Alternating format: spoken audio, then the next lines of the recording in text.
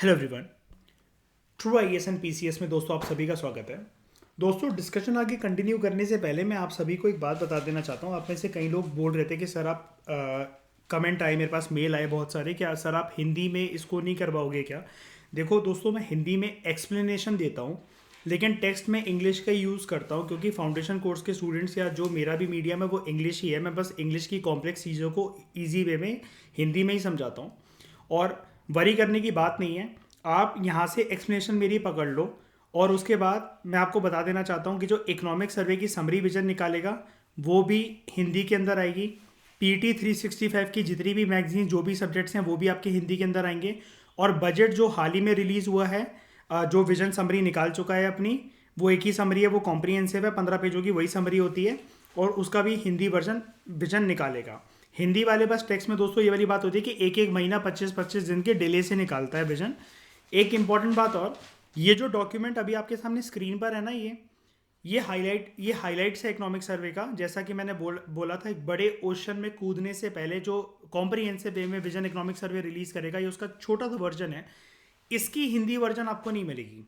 ये विजन कभी भी हिंदी के अंदर प्रोड्यूस नहीं करेगा। विजन हाईलाइट्स पे कभी भी मेहनत नहीं करता है। बजट आपका हिंदी में मिल जाएगा, पीटी 365 आपको हिंदी में मिल जाएगी। इकोनॉमिक सर्वे की जो समरी आएगी 70-90 पेजों की, जो निकालता है विजन, वो इंग्लिश हिंदी में आपको दोनों में मिल जाएगा। हाईलाइट्स जो अभी हम पढ़ रहे हैं, जिसके लेक्चर्स अभी हमारे 1 2 3 4 करके चल रहे हैं, आज 5 का लेक्चर है हमारा, ये हिंदी में आपको नहीं मिलेगा। ठीक है, हिंदी में मैं सिर्फ एक्सप्लेनेशन देता हूँ, मैं आपको हिंदी में नहीं समझा सकता। अब आप में से कई लोग बंगाली बंगालन हो गया, आप बोलो कि बंगाली में समझा दो, तो यार वो पॉसिबल नहीं है। उर्दू में समझा दो, निकलता ही नहीं है जब ये डॉक्यूमेंट, तो मैं हर भाषा के अंदर नहीं समझा सकता। हिंदी के अंदर मैं आपको एक्सप्लेनेशन दे रहा हूँ, टेक्स्ट इंग्लिश के ही यूज़ करता हूँ मैं। ठीक है, बाकी आप हिंदी के डॉक्यूमेंट पढ़ सकते हो। जब वो डॉक्यूमेंट आएगा आप उसको यूज़ करके मेरे लेक्चर्स को चलाकर बगल में एक्सप्लेनेशन उनसे ले सकते हो। फिर आप कनेक्ट कर लेना कि जीडीपी को हिंदी में वहाँ पर क्या लिखा होता है, इन्फ्लेशन को क्या कहते हैं, ठीक है, रेपो रेट को क्या कहते हैं, वो आप उधर से देख लेना अपने जो भी हिंदी वाले टेक्स्ट जो वहाँ पर गिवन होंगे। क्योंकि मुझे उन हिंदी के शब्दों का कुछ कुछ अंदाज़ा है, लेकिन आप कहोगे यूपीएससी के लिए मैं प्रॉपर हिंदी शब्द का इस्तेमाल करूँ जो वैसे टेक्स्ट होता है, तो उसका मुझे कोई आइडिया नहीं है। ठीक है, बहुत सारे मेरे पास मेल आ रहे थे पिछले 3 दिन से। मेरा फोल्डर फुल है 200 मेल से, ऐसे ही बिल्कुल हिंदी हिंदी मीडियम वालों से, ये मेल से। इसलिए मैंने आप लोगों को ये वाली बात क्लियर कर दी। अब चलो हम लोग लेक्चर स्टार्ट करते हैं। Chapter 5, prices and inflation, successful tight rope walking. ठीक है,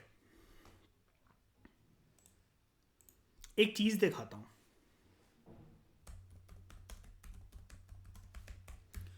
रोप walking girl,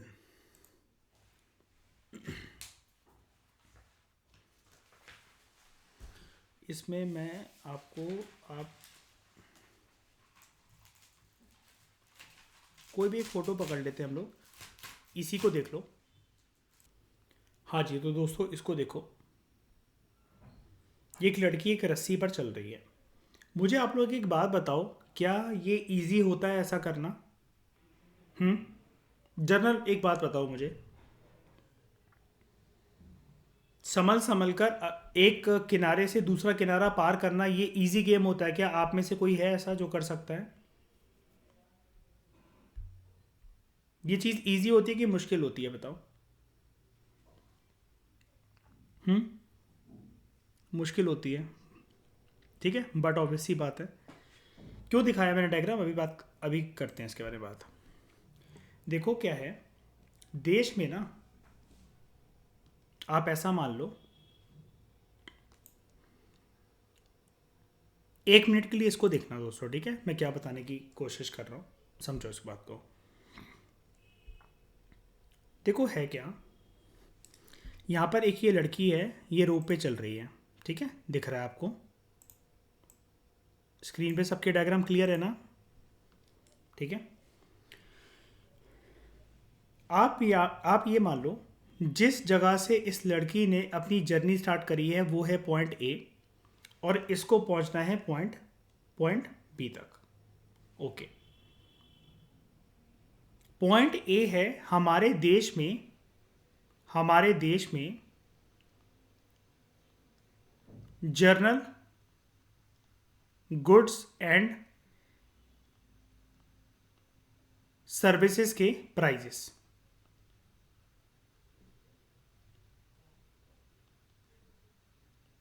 general goods and services के प्राइजेस। हमारी ये जो लड़की है इसको मान लो इंडियन इकोनॉमी, और ये जो पॉइंट ए है इसको मान लो जो फाइनेंशियल ईयर जब स्टार्ट होता है तो हम लोग बात करते हैं जब 2022 साल स्टार्ट हुआ था, और पॉइंट बी मान लो कि 2023 तक आते आते। आप अभी अपनी सिंप्लिसिटी के लिए ऐसा मान लो 1 जनवरी 2022 से लेकर 1 जनवरी 2023 तक, ऐसा इस चीज को मान लो। ये जो जनरल गुड्स एंड सर्विसेज रोजमर्रा के जीवन में यूज होने वाली चीजें, आइटम्स, सर्विसेज, इनके रेट ना कभी भी ऐसे नहीं होने चाहिए कि किसी एक इंडिविजुअल के ऊपर, जैसे कि ये मान लो कि एक सिटीजन है, किसी एक इंडिविजुअल के ऊपर किसी भी प्रकार का ये एक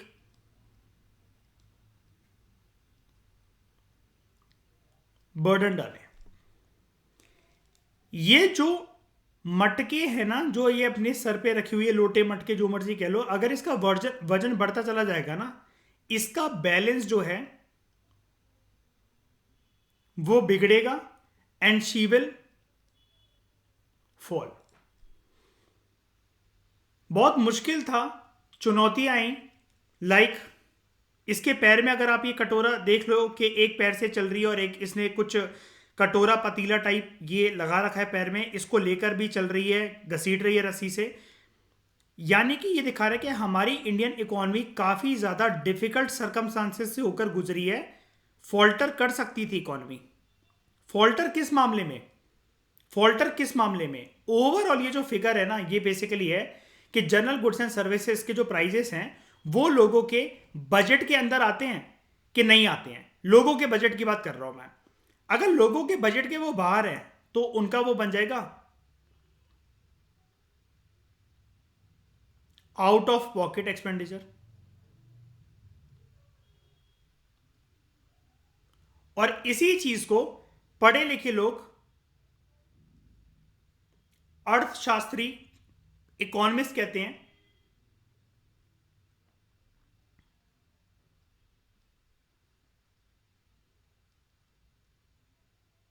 इन्फ्लेशन। डिफिकल्ट सरकमस्टांस मतलब क्या? जब भी हम लोगों के बजट की बात करते हैं और जनरल गुड्स एंड सर्विसेज की बात करते हैं, दो चीजें हमारे सामने होती हैं, कंज्यूमर प्राइस इंडेक्स,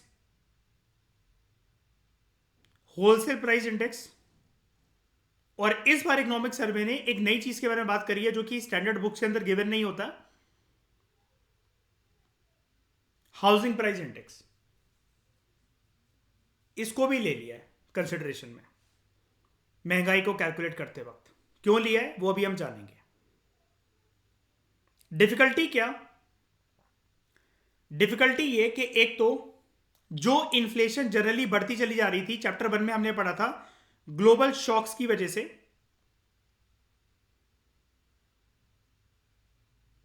एक सेकेंड। ग्लोबल शॉक्स की वजह से, जिनमें से इन्फ्लेशन लाने के लिए एक सबसे प्रमुख कारण बना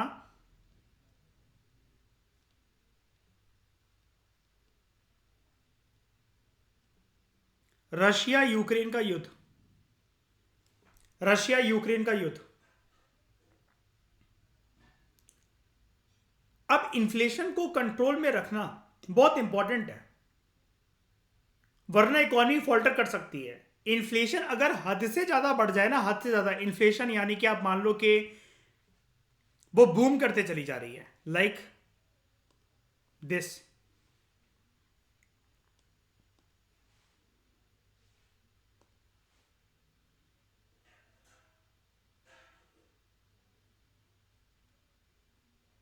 इसको इन्फ्लेशन मान लो, ये ग्रीन कलर के बार को। इसकी वजह से क्या होगा दोस्तों?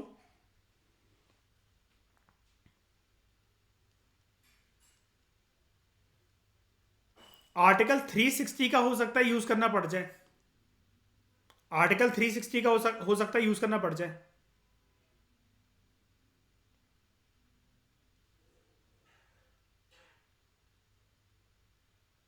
फाइनेंशियल इमरजेंसी,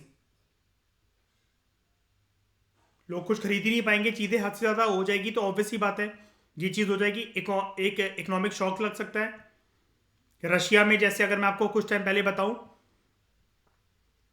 1990s में सामना करना पड़ा था रशिया को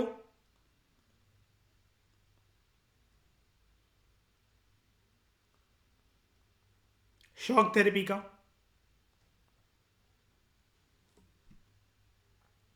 ऐसी सिचुएशन आ सकती हैं, हो सकता है, ऐसा हुआ नहीं, वो एक अच्छी बात है, वो एक अच्छी बात है।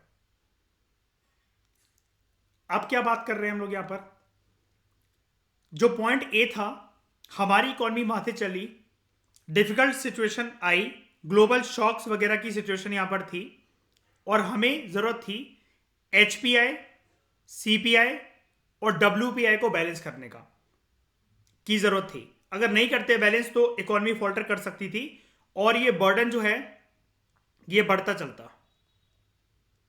लेकिन ये जो टाइट रोप थी, ये जो टाइट रोप थी 2022 से लेकर 2023 तक, हमने इसको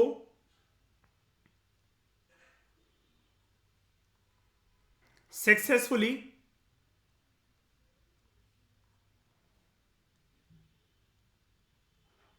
क्रॉस ओवर कर लिया। That means inflation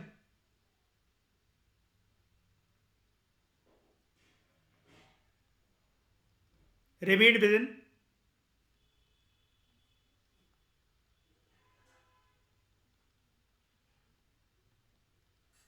control and expectation.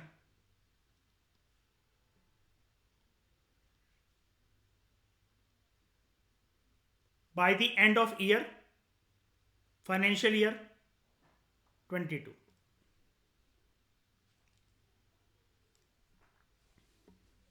Control में रही। मतलब 22 का मतलब यही है, 2022 टू 2023 पूरी अगर बात करते हैं तो। पहले मुझे ये बताओ, जो मैंने एक जर्नल बात समझाई चैप्टर में आगे डिग इन करने से पहले, ये समझ में आया? ये समझ में आया? सबको समझ में आया? बताओ सब लोग, या फिर से कुछ समझना है? चैप्टर यहां पर इन्फ्लेशन को लेकर कैसा है, पेसिमिस्टिक है कि ऑप्टिमिस्टिक है? मेरी बातों से क्या लगा आपको? ऑप्टिमिस्टिक है। अब आ जाओ, अब चैप्टर की जो हेडिंग है ना, अब उसमें आपको 1% भी डाउट नहीं होने वाला है। इसको हटाते हैं। अब आप देखिए, prices and inflation, successful tight rope walking. अब समझ गए पॉइंट ए पॉइंट बी इस लड़की का, और ये सक्सेसफुल टाइट रोप वॉकिंग का क्या मतलब है? अब तो क्लियर है? ठीक है, चैप्टर को मैंने समझा दिया, हेडिंग समझा दी, और इस पे इतना टाइम लगाने की कोई बात नहीं थी, लेकिन वो हमारे काम ही आएगा। इस चैप्टर के अंदर यही सब बातें डिस्कस है। तो हम चलो अपनी डिस्कशन अब स्टार्ट करते हैं। चैप्टर को तो समझ लिया हमने, हेडिंग को समझ लिया। कंज्यूमर प्राइस इंडेक्स क्या होता है? सीपीआई। देखो, रिटेल प्राइजेस पर, रिटेल प्राइजेस पर जब भी कोई गुड्स एंड सर्विसेज हम तक जो पहुंचते हैं, कंसिडरिंग आवर इनकम, इनकम को कंसिडर करना, जब भी नाम इन्फ्लेशन आ जाए वो बहुत इंपॉर्टेंट होता है। क्यों? अगर जर्नल गुड्स एंड सर्विसेज के प्राइसेस, एक बार के लिए रिटेल वाली बात को छोड़ो, जर्नल गुड्स एंड सर्विसेज के प्राइजेस अगर ये बढ़ते चले जा रहे हैं और इसके साथ साथ मेरी इनकम भी बढ़ रही है, मुझे महंगाई फील नहीं होगी। महंगाई तब होती है, प्राइजेस इन्फ्लेशन का रूप तब अपनाते हैं किसी के जीवन में, जब गुड्स एंड सर्विसेज के प्राइसेस तो बढ़ रहे हो, या और जब एंड गुड्स एंड सर्विसेज के प्राइसेस बढ़ रहे हो, लेकिन इंडिविजुअल की इनकम या तो कम हो गई है या उतनी ही है, तब बड़ी नहीं है, तब मुझे फील होगा। क्यों होगा? क्योंकि उस टाइम पर इंडिविजुअल का जो बजट है वो डगमगाने लग जाता है। और इंडिविजुअल्स जो हैं, हम लोग रिटेलर्स होते हैं। 95% इकोनॉमी के जो कंज्यूमर्स हैं वो रिटेल प्राइसेस पे ही कोई ना कोई चीज़ को बाय करते हैं, चाहे वो गुड हो चाहे वो सर्विस हो। इसलिए जब रिटेल लेवल पर, रिटेल प्राइसेस पर गुड्स एंड सर्विसेज को हम लोग बाय करते हैं तो उसके इंडेक्स को हम लोग बोलते हैं दोस्तों CPI, consumer price index. Detail में हम बाद में बात करेंगे, और हम इन्फ्लेशन वाले चैप्टर के अंदर इसको खोद खोद कर पढ़ चुके हैं, एक एक दिन लगाया हमने इसके ऊपर। आप सबको पता है, फाउंडेशन कोर्स वाले स्टूडेंट्स को CPI WPI का इन डेप्थ सारी नॉलेज पता है ना यहां पर। लेकिन इतना बोलना, जैसा कि मैंने बोला था कि मैं सबके लिहाज से एक बार समझाना चाहता हूं, इतना काफी है। ये होता है CPI। अब जब होलसेलर्स जो होते हैं ना वो होलसेल के प्राइस पर खरीदते हैं, ठीक है। होलसेल मतलब कैसे, जैसे मतलब मान लो कि ओरियो का एक बिस्किट का पैकेट जो है वो 10 रुपए का, मान लो मैगी मान लो, चलो 10 रुपए की एक, ठीक है, 12 की है, जो भी है 15 की है, 15 वाला पैकेट पकड़ लेते हैं। 15 रुपए का पैकेट है एक मैगी का। आपने कहा एक दुकान पर जाकर, जो कि आपकी गली के अंदर दुकान है, कि भैया 10 पैकेट निकाल दो, तो वो 150 रुपये आपसे चार्ज करेगा। लेकिन यहीं आप अगर किसी होलसेलर वगैरह के पास चले जाओ, अब आप लोग अलग अलग स्टेट से हो, मैं नहीं जानता आपके पास कौन सी फेमस मार्केट है। दिल्ली में एक होलसेल की मार्केट जैसे है चावड़ी बाजार, चांदनी चौक, पुरानी दिल्ली, यहाँ पर बड़ी सारी होलसेलर्स की दुकानें हैं। अगर आप उनसे बोलो कि हम ना 1 लाख मैगी के पैकेट चाहते हैं, या फिर 10,000 चाहते हैं, या 1,000 चाहते हैं, तो आपको ये 15 की ना पड़कर समथिंग लाइक, डिपेंडिंग ऑन, अगर आप 1,000 खरीद रहे हो तो हो सकता है कि दुकानदार आपको 13 की लगा दे। अगर आप 10,000 खरीद रहे हो तो एक पैकेट हो सकता है आपको 10 का लगा दे। 1 लाख पैकेट खरीद रहे हो तो हो सकता है एक पैकेट आपको 9 रुपए का लगा दे। होलसेल में आपको जब जनरली आप जब थोक में कोई भी सामान खरीदते हो तो वो आपको सस्ता ही पड़ता है। तो उस जब होलसेल के प्राइसेस को कंसिडर करा जाता है ना किसी मैन्युफैक्चरर, इंडस्ट्री, फैक्ट्री लेवल पे जाकर, तो वो निकलता है WPI, होलसेल प्राइस इंडेक्स। लेकिन आज ही मैं जब इसके बारे में पढ़ रहा था तो मुझे एक नई चीज जानने को मिली। WPI को वैसे तो हम लोग पढ़ चुके हैं, हम जानते हैं। अंकिता, मैं आपको एक बात बता देना चाहता हूं कि WPI को सरकार कंसिडर नहीं करती, बड़े सालों से CPI को ही ले रही है। और CPI में से भी ना CPI कंबाइंड को लेती है, ये हम बाद में जानेंगे अंकिता। अभी के लिए सिर्फ आप टर्म्स पे फोकस करो जो मैं बता रहा हूं।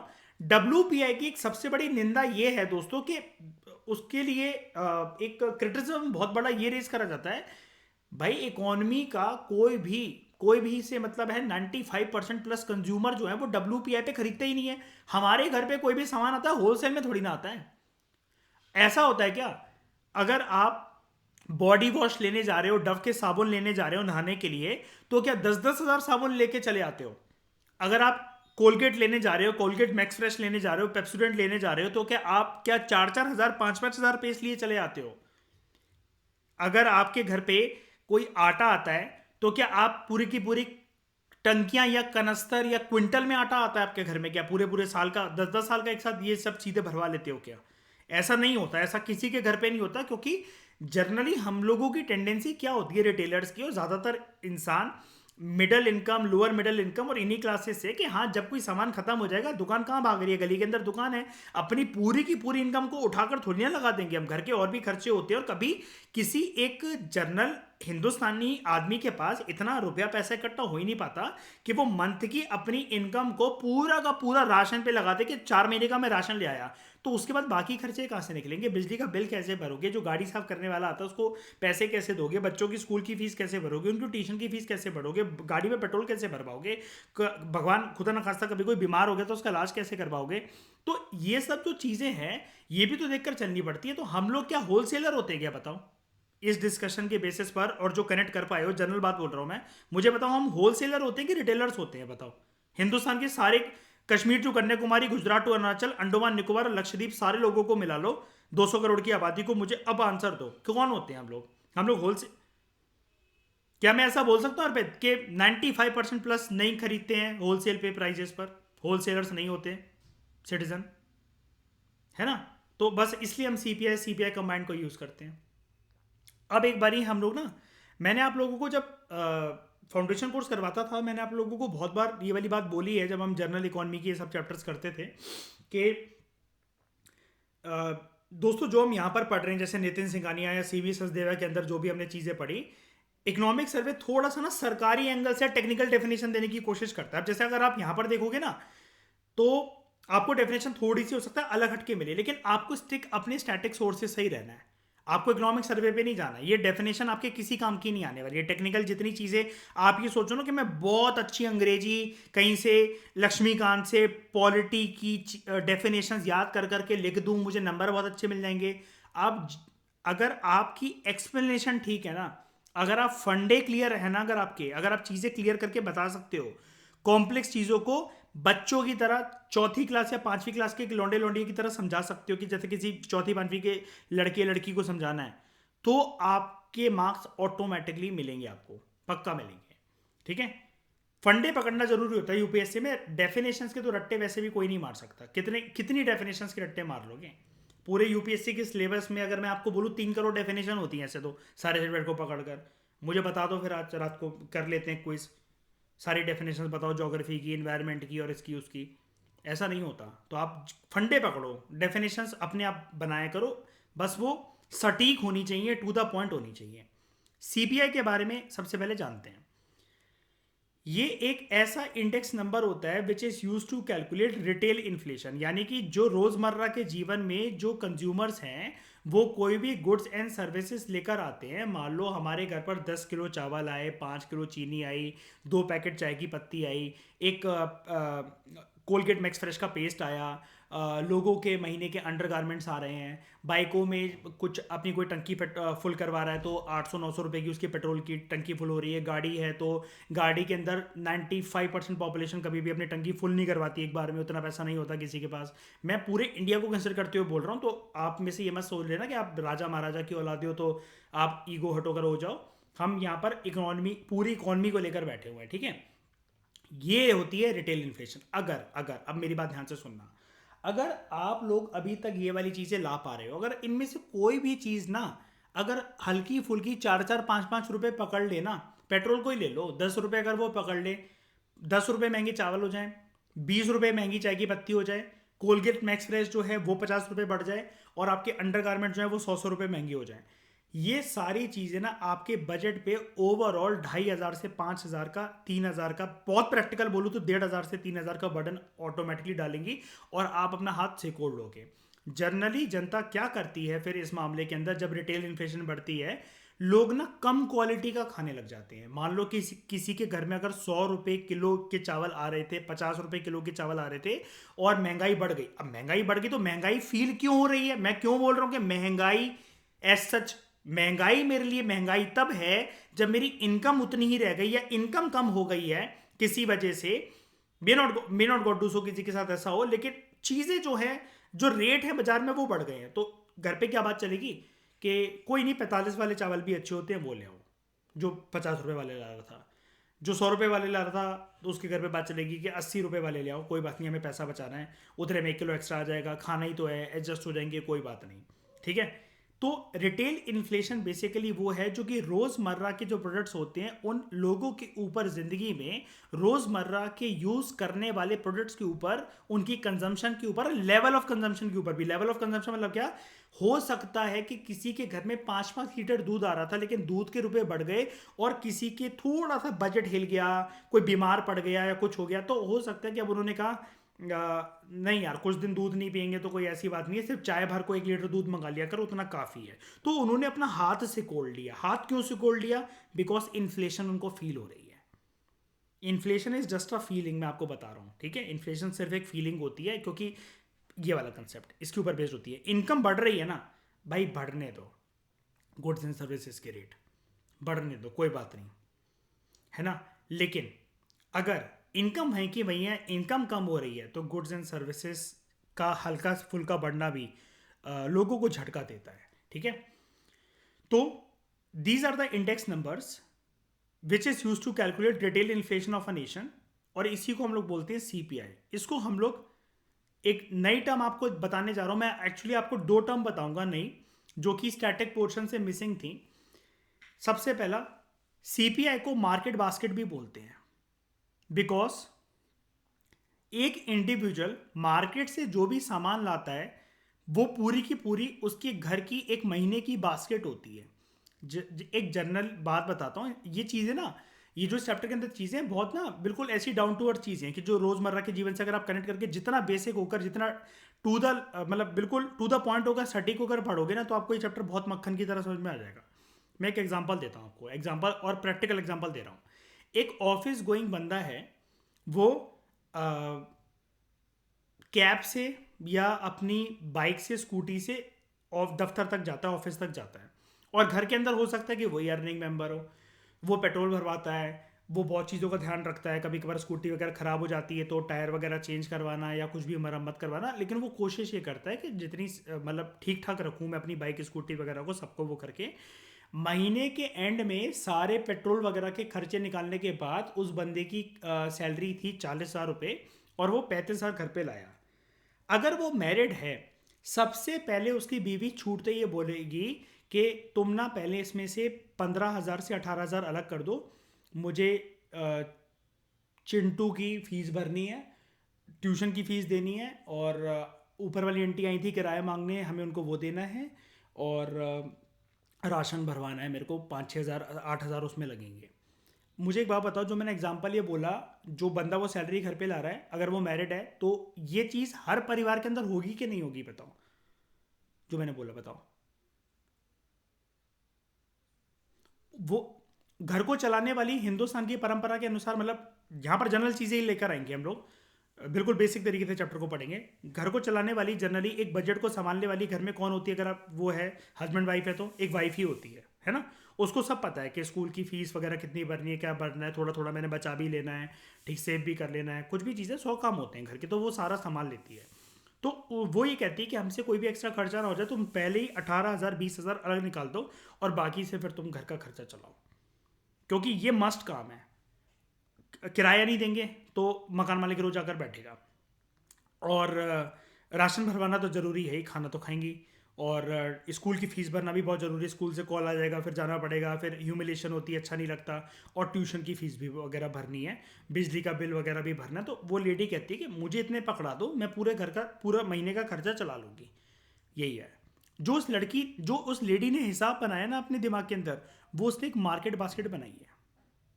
मैं अगेन आपको कह रहा हूँ, ये सब चीज़ें फीलिंग है। हालांकि प्रैक्टिकल एस्पेक्ट में यूज होती है, लेकिन ये एक फीलिंग ही तो है। वो सबसे पहले चिंतित क्यों है? अगर जैसे मतलब मान लो पति ये कहे कि यार स्कूटी में बेबी इस महीने तो पीछे वाला टायर खराब हो गया था या इंजन इसका खराब हो गया था, 7 से 8 हज़ार रुपये एक्स्ट्रा लग गए, वो औरत थोड़ी सी नर्वस हो जाएगी। अगर ऐसे 3-4 केसेस हो जाएं अलग अलग फैमिलीज़ में, और जिनका बजट ही 40-50 हज़ार का हो और दिल्ली जैसी जगह में रह रहे हो, तो वो औरत नर्वस हो जाएगी। उसके चेहरे पे शिकन देखेगी कि इस महीने फैमिली के बजट को चलाना थोड़ा सा टाइट है। तो हो सकता है वो राशन वगैरह की दुकानों पर उधारी करे, या स्कूल वालों से बोले कि अगले महीने मैडम हम आपको 2 महीने की फ़ीस एक साथ भर देंगे, या ट्यूशन वाली से बोले कि मैम आप प्लीज़ माइंड मत करना, मैं आपको एडवांस में बता रही हूँ, अगले महीने की फ़ीस मैं 1 तारीख को 2 महीने की एक साथ भिजवा दूंगी। मुझे एक बात बताओ, ऐसा होगा कि नहीं होगा? बताओ, अगर मार्केट बास्केट हिले, हल्की सी भी मार्केट बास्केट नहीं, इनकम अगर हिले, तो मार्केट बास्केट हिलेगी कि नहीं हिलेगी? बताओ, हिलेगी। तो ये जो औरत है ना, ये कर क्या रही है, ध्यान से समझना। पूरी कहानी पकड़ो, पूरी कहानी का सार पकड़ो, बेस पकड़ो। ये औरत क्या कर रही है? She is responsible for tracking the shift in prices अपने घर के, अपने परिवार के, और यही है सीपीआई। मुझे पहले एक बार बताओ, इस कहानी से सीपीआई का बेसिक फंडा समझ में आ गया? हालांकि मैं सबके लिहाज से बात करूं तो अंकिता के अलावा बाकी सब तो आप लोग भर भर के जानते हो इसको, है ना, नितिन सिंघानिया वगैरह से। लेकिन अभी जो मैंने आपको बताया, ये डेफिनेशन समझ में आ गई, क्योंकि हमने ये डेफिनेशन ही देखी है ईशा, है ना, ये कुछ नई चीज़ है हमारे लिए। हमें एक्सेप्ट करना चाहिए कि हमने नितिन सिंघानिया के अंदर ये चीज़ नहीं पढ़ रखी है। कल को पेपर के अंदर आ जाए तो हम सोचने पे मजबूर हो सकते हैं कि सीपीआई के बारे में ही बात कर रहे हैं, पता नहीं किसके बारे में बात कर रहे हैं, है ना। इसलिए हमें नई नई चीज़ें सीखनी चाहिए। And economy something like, shiny आप जानते हो कि इकोनॉमिक समथिंग लाइक वो कभी नहीं रुकती है ना। इकोनॉमी के अंदर टर्म्स डेवलप डेली बेसिस पे होती रहती है। ऑक्सफोर्ड का कोई ना कोई इकोनॉमिस्ट या कुछ ना कुछ, वो रोज कुछ ना कुछ नया कंसेप्ट, के shape curve, L shape curve, ठीक है, जो भी है मिडल फिंगर कर्व, वो कुछ ना कुछ निकालता रहेगा वो। इकोनॉमी और एनवायरनमेंट इकोलॉजी और साइंस आप मान लो, इसकी इसके अंदर जो चीज़ें हैं, नई नई जो इन्वेंशन होती हैं, ये चलती ही रहती हैं, चलती ही रहती हैं। ठीक है, लेकिन डोंट वरी, एग्जाम को निकालने के लिए कितने इंपॉर्टेंट है और कितनी हमें याद करनी होती है उसके लिए मैं रिस्पॉन्सिबल हूँ, मैं करवाऊंगा। ऐसी कोई टेंशन वाली बात नहीं है कि आप सोचो कि ऐसा कितना करना पड़ेगा। बस तब तक जब तक आपका पीडीएफ में नाम ना आ जाए तब तक करना पड़ेगा। उसके बाद लात मार दो इन सब चीज़ों को, कोई फ़र्क नहीं पड़ता। ठीक है। अब मैं आपको एक दूसरी चीज़ बता रहा था, मैं आपको बता रहा था कि मार्केट बास्केट एक नई टर्म है जो कि सीपीआई के साथ एसोसिएटेड है। आगे बढ़ने से पहले एक बात और बताना चाहूँगा। इस बार इकोनॉमिक सर्वे ने एक बड़ी इंटरेस्टिंग चीज़ यूज़ करी, दैट इज सीपीआई डब्ल्यूपीआई को तो सब लोग जानते हैं, लेकिन ये हाउसिंग प्राइस इंडेक्स को भी लेकर आया, एचपीआई को। आप एचपीआई की बात अभी छोड़ दो, जो मैं दूसरी बात आपको बताना चाह रहा हूँ वो ये बताना चाह रहा हूँ। हम लोग हमेशा बोलते थे consumer price index, wholesale price index. इसके लिए इकोनॉमिक सर्वे ने इस बार एक स्टेप बढ़कर, थोड़ा पता नहीं क्या कूल बनना चाह रहा होगा चीफ इकोनॉमिक एडवाइजर, तो उसने यूज करा consumer price inflation not index, wholesale price inflation not index, and housing price index कह लो या इन्फ्लेशन कह लो, एक ही बात है। यहां से मैं आपको यह बताना चाह रहा हूं, आप सीपीआई को कल को कंज्यूमर प्राइस इंडेक्स या कंज्यूमर प्राइस इन्फ्लेशन डिफाइन कर कराओ, वो दोनों बातें ठीक होंगी आपकी, कोई दिक्कत वाली बात नहीं है। क्योंकि अगर और इसका प्रूफ दे दूं मैं, अल्टीमेटली बेसिकली बात दोस्तों ये है, ये देखो यहाँ पर कंज्यूमर प्राइस इन्फ्लेशन कह रहा है वो, अगेन जब इसकी डेफिनेशन को खोदेंगे ना तो बोल रहा है this is a index number. Wholesale price inflation कह रहा है it is a index number. तो अल्टीमेटली वही है, कंज्यूमर प्राइस इंडेक्स ही है ये, होलसेल प्राइस इंडेक्स ही है ये, और ये जो हाउसिंग प्राइस इंडेक्स है ये इन्फ्लेशन ही है, प्रॉपर्टियों के रेट बढ़ना और बहुत सारे लोगों का देश में घर खरीद ना पाने की स्थिति होना कि घर हमारा कब बनेगा। खैर छोड़ो उसको, सीपीआई को हमने समझ लिया, डब्ल्यूपीआई को भी समझ लेते हैं, फिर चैप्टर स्टार्ट जब करेंगे ना पहली लाइन तो वो ज़्यादा अच्छे से समझ में आएगा। होलसेल प्राइस इंडेक्स मैं बता चुका हूँ आपको पूरा का पूरा, होलसेल में जब कोई चीज़ कोई खरीदता है, लेकिन इसका क्रिटिज्म क्या है और इसको क्यों नहीं यूज़ करा जाता है हमारे देश के अंदर फॉर कैलकुलेटिंग इन्फ्लेशन। अब क्यों नहीं यूज़ करा जाता है, बहुत साल पहले हमने सीपीआई की तरफ कंप्लीटली शिफ्ट क्यों गए, क्योंकि 95+% सिर्फ इंडिया को तो छोड़ दो, किसी भी इकोनॉमी की आबादी, कोई भी जो अपने घर का बजट या मार्केट बास्केट जो डिसाइड करते हैं होलसेल प्राइसेस पे करते हैं क्या? हम लोग होलसेल में थोक में सामान लेकर आते हैं क्या? आप उसी एग्जांपल में मान लो, जो जॉब वाला बंदा था हमारे प्रीवियस एग्जांपल के अंदर, 40,000 रुपए का सिर्फ राशन भरवा लेगा, वो पूरे वेस्ट कर देगा 40,000 रुपए, उसके महीने में और कोई खर्चे नहीं है क्या? ऊपर जब किराया मांगने आएगी बुढ़िया तो क्या उसे क्या चावल की बोरी पकड़ा देगी उसकी वो बीवी? ऐसा तो नहीं होता ना। तो इसलिए होलसेल प्राइस इंडेक्स या इन्फ्लेशन की क्रिटिज्म ही यही है कि majority of the citizens in a particular nation, और इंडिया स्पेसिफिक बात करें अगर हम लोग इंडिया के अंदर, people never go for wholesale things और होलसेल प्राइजेस, बहुत रेयरेस्ट ऑफ द रेयर चीज़। और वो भी जो 5% बच गए ना, वो होलसेलर दुकानदार वगैरह ये सब होते हैं। मुझे बताओ इस देश में ज़्यादातर लोग कौन है? 90% लोग दुकानदार हैं या फिर खरीदार हैं? कौन है? खरीदार। और सारे के सारे दुकानदार के ऐसा करते होंगे, सारे के सारे हम जानते हैं कि दुकानदार देखो बल्क में सामान मंगवाते हैं, लेकिन हमारी गलियों में जो गली नुक्कड़ पे दुकानें होती हैं वगैरह, क्या आप ये मान सकते हो कि जितना एक, जैसे ये रिलायंस फ्रेश स्टोर्स होते हैं या कोई भी जो स्टोर होते हैं या कोई भी बहुत बड़ा आप राशन की दुकान मान लो, जैसे मैंने आपको एग्जांपल दिया चावड़ी बाजार पुरानी दिल्ली चांदनी चौक, ठीक है, इनमें जितना वो गोडाउन में भरवाते होंगे, क्या सारे दुकानदार, मतलब दुकानदार का मतलब ये है कि every shopkeeper is ordering 1 lakh litres of milk daily, और चीनी मंगवा रहा है तो वो 5-5 लाख चीनी भरवा ले रहा है, ऐसा हर दुकानदार की औकात होती है क्या? उनकी स्थिति होती है क्या? नहीं ना। वो मार्केट के बेसिस पर भी डिपेंड करता है, समझ रहे इस चीज को शायनी? मतलब आसपास हमारे क्या मार्केट है, कितनी खरीदारी हुई, उसी के बेसिस पे तो दुकान चलेगी ना। सारी राशन की दुकानें थोड़ी ना चल जाएंगी, जरूरी थोड़ी ना है कि नहीं? ये चीज है। इंडेक्स डब्ल्यूपीआई क्या होता है? These are the index numbers which are used to measure the change in the overall prices of the goods before they are sold at retail prices. जब तक वो हम लोगों के हाथ में नहीं पहुंचे, हम लोगों के घर में नहीं पहुंचे ना, जब तक वो मार्केट बास्केट का पार्ट नहीं बने ना हमारे हाउस होल्ड लेवल पर, बल्क में जब ओवरऑल जो प्राइसेस हैं गुड्स के, बल्क में जब वो डिटरमाइन होते हैं होलसेल के प्राइसेस पर, वो होते हैं होलसेल प्राइस इंडेक्स। एंड ये इंडेक्स किसके लिए बेसिकली होता है? मैन्युफैक्चरर्स के लिए, इंडस्ट्रीज के लिए एंड फैक्ट्री ओनर्स वगैरह के लिए जो कि बल्क में रॉ मटेरियल्स वगैरह कोई भी चीज मंगवाते हैं बल्क में, ठीक है।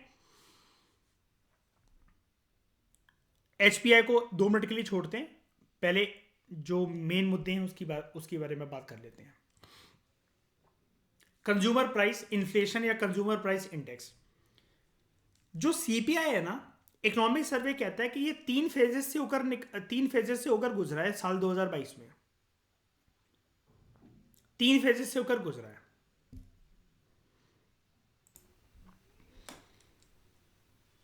ये ना एकदम से सबसे पहले दोस्तों बढ़ा, हाईएस्ट जो उसने टच करा 7.8%,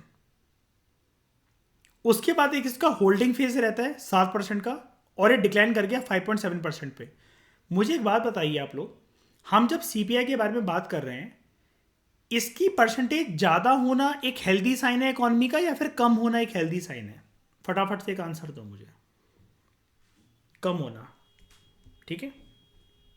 हम एक बार के लिए चार्ट पे चलते हैं और आप इसको हमारे देश में एक सीपीआई का चार्ट समझ लो, मेंटली अपने आप को प्रिपेयर कर लो कि हम जो अब इस चार्ट के बारे में बात करने वाले हैं वो सीपीआई के बारे में बात करने वाले हैं, कंज्यूमर प्राइस इंडेक्स के बारे में बात करने वाले हैं। ऐसा अपना मन के अंदर मेंटेलिटी बना लेना, ठीक है। देखो वो कह रहा है कि जो पीक पर गया है, मान लो ये है इसकी पीक, सबसे टॉप पर यही दिख रहा है मुझे, इस पूरे चार्ट में सबसे टॉप पर यही चीज दिख रही है मुझे, बाकी सब तो नीचे दिख रहा है, सबसे टॉप पे यही है, राइट। ये गया है, इन्फ्लेशन है ये, ठीक है, और ये सीपीआई पढ़ रहे हैं हम लोग, कंज्यूमर प्राइस इंडेक्स या कंज्यूमर प्राइस इन्फ्लेशन, कंफ्यूज मत होना, लिख दिया इसलिए मैंने। 7.8% पे, 7.8% पे इन्फ्लेशन गई, ठीक है। फिर एक इसका होल्डिंग फेज आया, यही होल्डिंग फेज जो है ना, इसी को दोस्तों हम लोग बोलते हैं एक कंसोलिडेशन का फेज। यहां पर एक बार के लिए inflation, consumer price inflation, consumer price index halt हो गई एक बार के लिए। इधर मान लो, या फिर और परफेक्ट बना दूं अगर मैं आपकी अंडरस्टैंडिंग के लिए, सिर्फ समझ लो इसको, इतने टाइम के लिए हॉल्ट होकर रह गई। अब यहां पर हम क्या एक्सपेक्ट करते हैं कि जो अगर इन्फ्लेशन का चार्ट अगर हम लोग पढ़ रहे हैं, ये ऊपर जानी चाहिए कि नीचे गिरना चाहिए चार्ट, बताओ। अगर इन्फ्लेशन का चार्ट है तो नीचे। यहां पर ऐसा मानो कि ऐसा हुआ था, मतलब अगर आपके दिमाग में अगर आप प्रिपेयर्ड हो कि इन्फ्लेशन का चार्ट है आपके हिसाब से, साल 2022 में शुरू में इन्फ्लेशन अपने चरम सीमा पर, पीक पर पहुंची 7.1%। अरे बाप रे, ये तो कंज्यूमर्स के लिए बहुत खराब बात थी। लेकिन फिर जैसा कि हम जानते हैं, सरकार और आरबीआई मिलकर कुछ कुछ प्रयास करते हैं इन्फ्लेशन को कंट्रोल करने के लिए, तो उन्होंने फिर इन्फ्लेशन को कम करने की कोशिश करी। बहुत प्रयासों के बाद भी ऐसा मान लो कि 3 से 4 महीने के लिए इन्फ्लेशन ना इधर होल्ड हो गई, और ये जो परसेंटेज था, ये जो आपको पिंक कलर का जो बॉक्स दिख रहा है, ये है 7% का बॉक्स। यहां पर देख लो, कंफ्यूज मत होना, 1 मिनट के लिए। यहां देख लो 7% होल्डिंग फेज। वापस चलते हैं जरा दोस्तों, ये जो होल्डिंग फेज है ना, जिसको इकोनॉमिक सर्वे होल्डिंग फेज कह रहा है, क्या कह रहा है? Holding phase. आप लोग इस बॉक्स से क्या समझते हो? Just a minute. आप लोग हमेशा इस बॉक्स से क्या समझते हो जब भी मैं ये बनाता हूं? होल्डिंग फेज मतलब ये इस रेंज में क्या कर गया, इन्फ्लेशन इसी रेंज में क्या कर गई,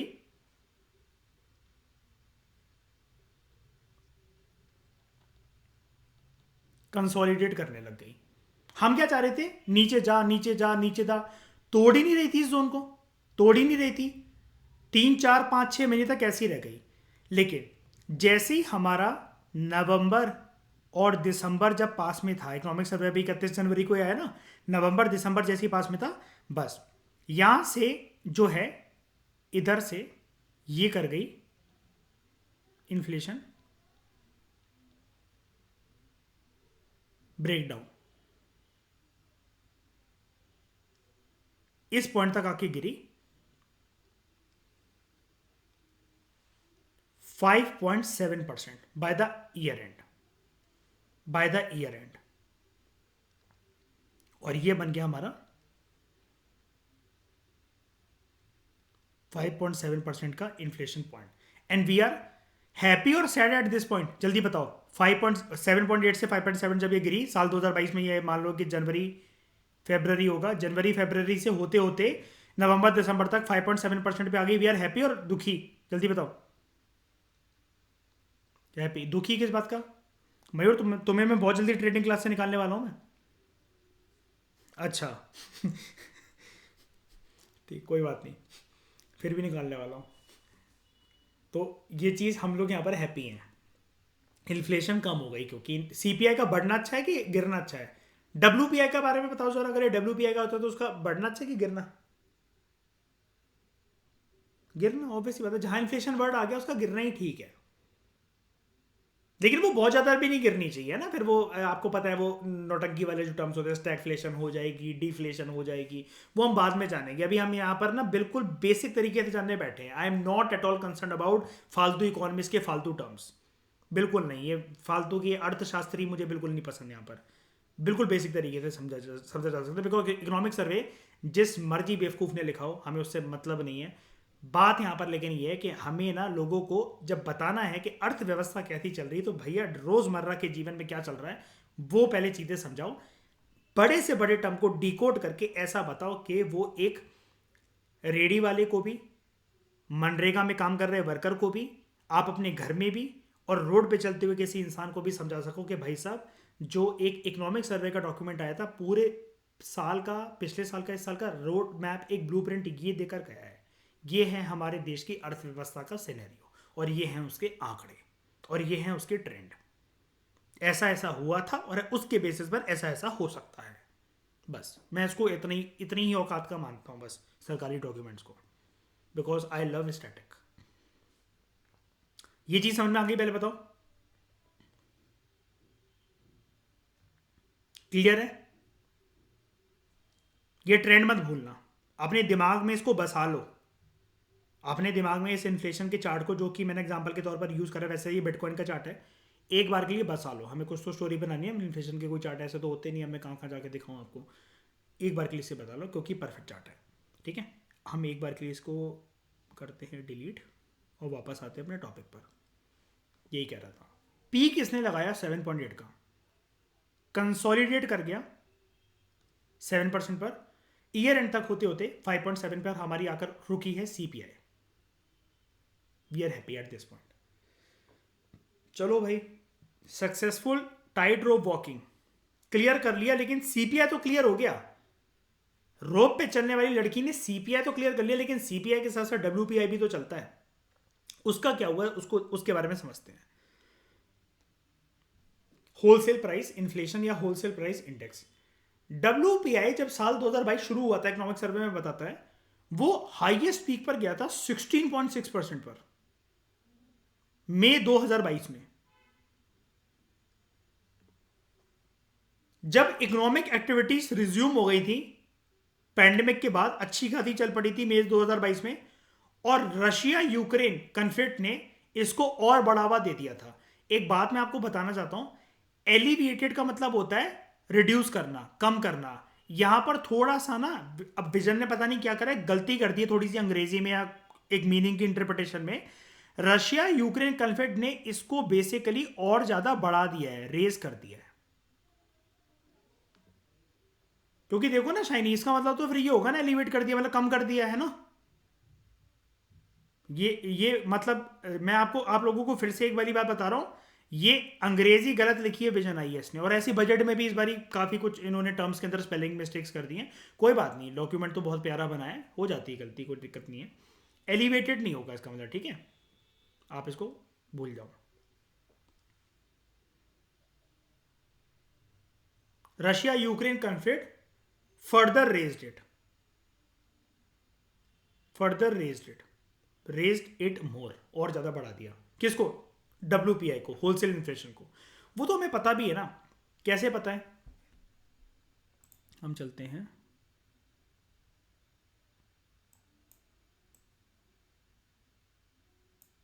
यहां पर,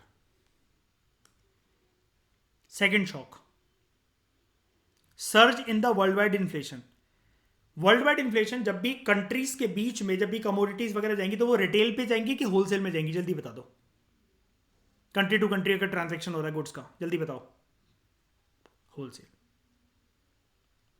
इसलिए यहां पर WPI एसोसिएटेड है।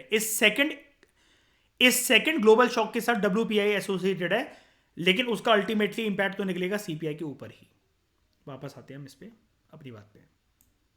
ठीक है, 16.6% थी ये, and it slip to 5% by the year end. तो चलो इसको समझते हैं फिर से। यहां पर तो कोई कंसोलिडेशन की बात ही नहीं है, तो इस बॉक्स को करते हैं डिलीट, और इसको थोड़ा सा यहां मान लेते हैं।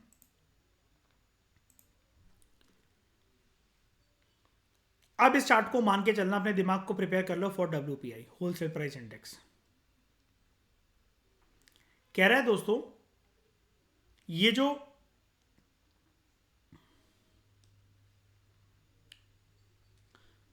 एक मिनट, 16.6% WPI गया, देख लेते हैं।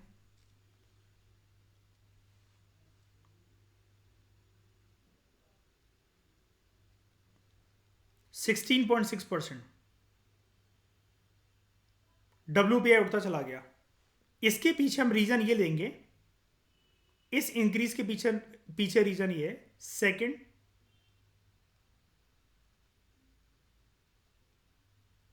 Global shock in terms of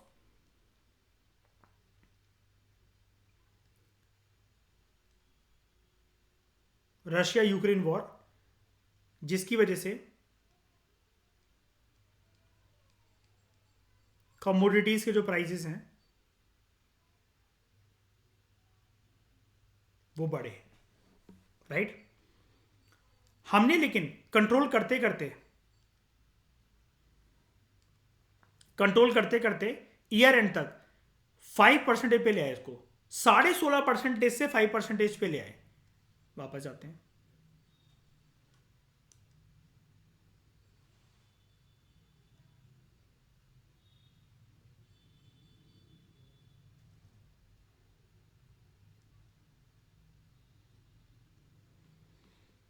हमने इसको कंट्रोल करा अच्छी तरीके से। कंट्रोल करने के पीछे इसके रीजंस क्या थे वो हम डिटेल समरी आने दो, हाइलाइट्स में ऑब्वियस बात है, मैं जानता हूँ क्योंकि मैंने पूरा डॉक्यूमेंट पढ़ रखा है, वो बहुत सारे रीजंस हैं, वो हम देखेंगे। एक बारी आने दो डिटेल समरी, हाइलाइट्स में उसका बारे में चर्चा करने का कोई मतलब नहीं। एक दो रीजन से आपको नहीं समझ में आने वाला। CPI की बात तो फिर भी आप समझ जाओगे, WPI आपको एकदम से समझ में नहीं आने वाला, क्योंकि WPI को कंट्रोल करना भी मुश्किल होता है थोड़ा सा।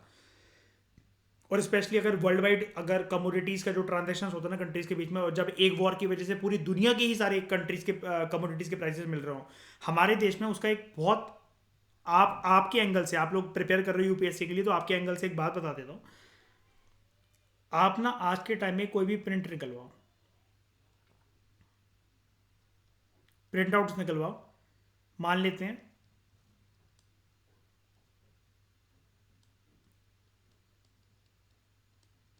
विजन IAS की PT 365 के निकलवाओ।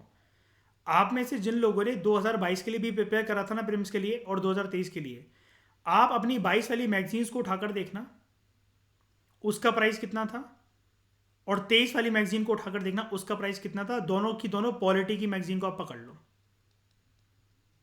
इसका प्राइस आपको ज्यादा मिलेगा। सेम पन्ने होंगे, 50 पेजेस इधर है और 50 पेज की मैगजीन ही इधर है 2023 की, जो पॉलिटी की PT 365 है वो भी 50 पेज की ही है। आप देखना कि इसके प्राइसेस आपको ज़्यादा मिलेंगे। क्यों? बिकॉज पेपर की जो कीमत है वो बढ़ गई है। पेपर लगातार 3 सालों से उसकी जो कीमत है वो बढ़ते चली जा रही है। ऐसी बहुत सी चीज़ें हैं, मतलब मैंने एक एग्जांपल आपको दिया ताकि आप कनेक्ट कर पाओ। आप इस साल प्रिंट आउट्स वगैरह निकलवाने जाओगे पूरे PT 365 बजट इकोनॉमिक सर्वे वगैरह के, पिछले साल हो सकता है आपका 1500 में काम हो गया हो, तो इस बार हो सकता है कि आपका 2300 रुपये तक में काम हो सारा का सारा प्रिंट आउट्स वगैरह का। एक एग्जाम्पल के तौर पर बस एक बात बोल रहा हूँ इसमें, ठीक है।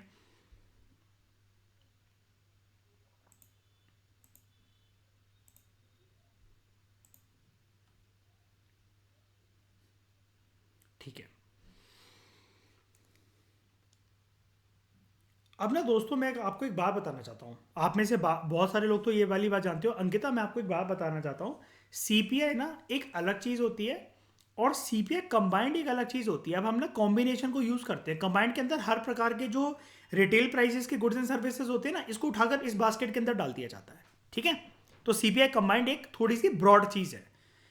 तो जो मैं अब बात बताने जाऊंगा तो वो सीपीआई कंबाइंड के बेसिस पे बताने जाऊंगा, नॉट ओनली सीपीआई। अंकिता समझने की कोशिश करना, सीपीआई थोड़ा सा छोटा होता है, सीपीआई कंबाइंड बड़ा एक एस्पेक्ट होता है। तो जब ये बात कर रहा था ना सीपीआई के बारे में, तो जनरली ये नॉर्मल सीपीआई के बारे में बात कर रहा था, लेकिन अब जो मैं ट्रेंड बताने जा रहा हूं, तो जो डायग्राम यहां पर आपको गिवन है वो सीपीआई नहीं, सीपीआई कंबाइंड के बारे में बात कर रहा है। डब्ल्यूपीआई ही होता है, उसकी कोई दिक्कत वाली बात नहीं है।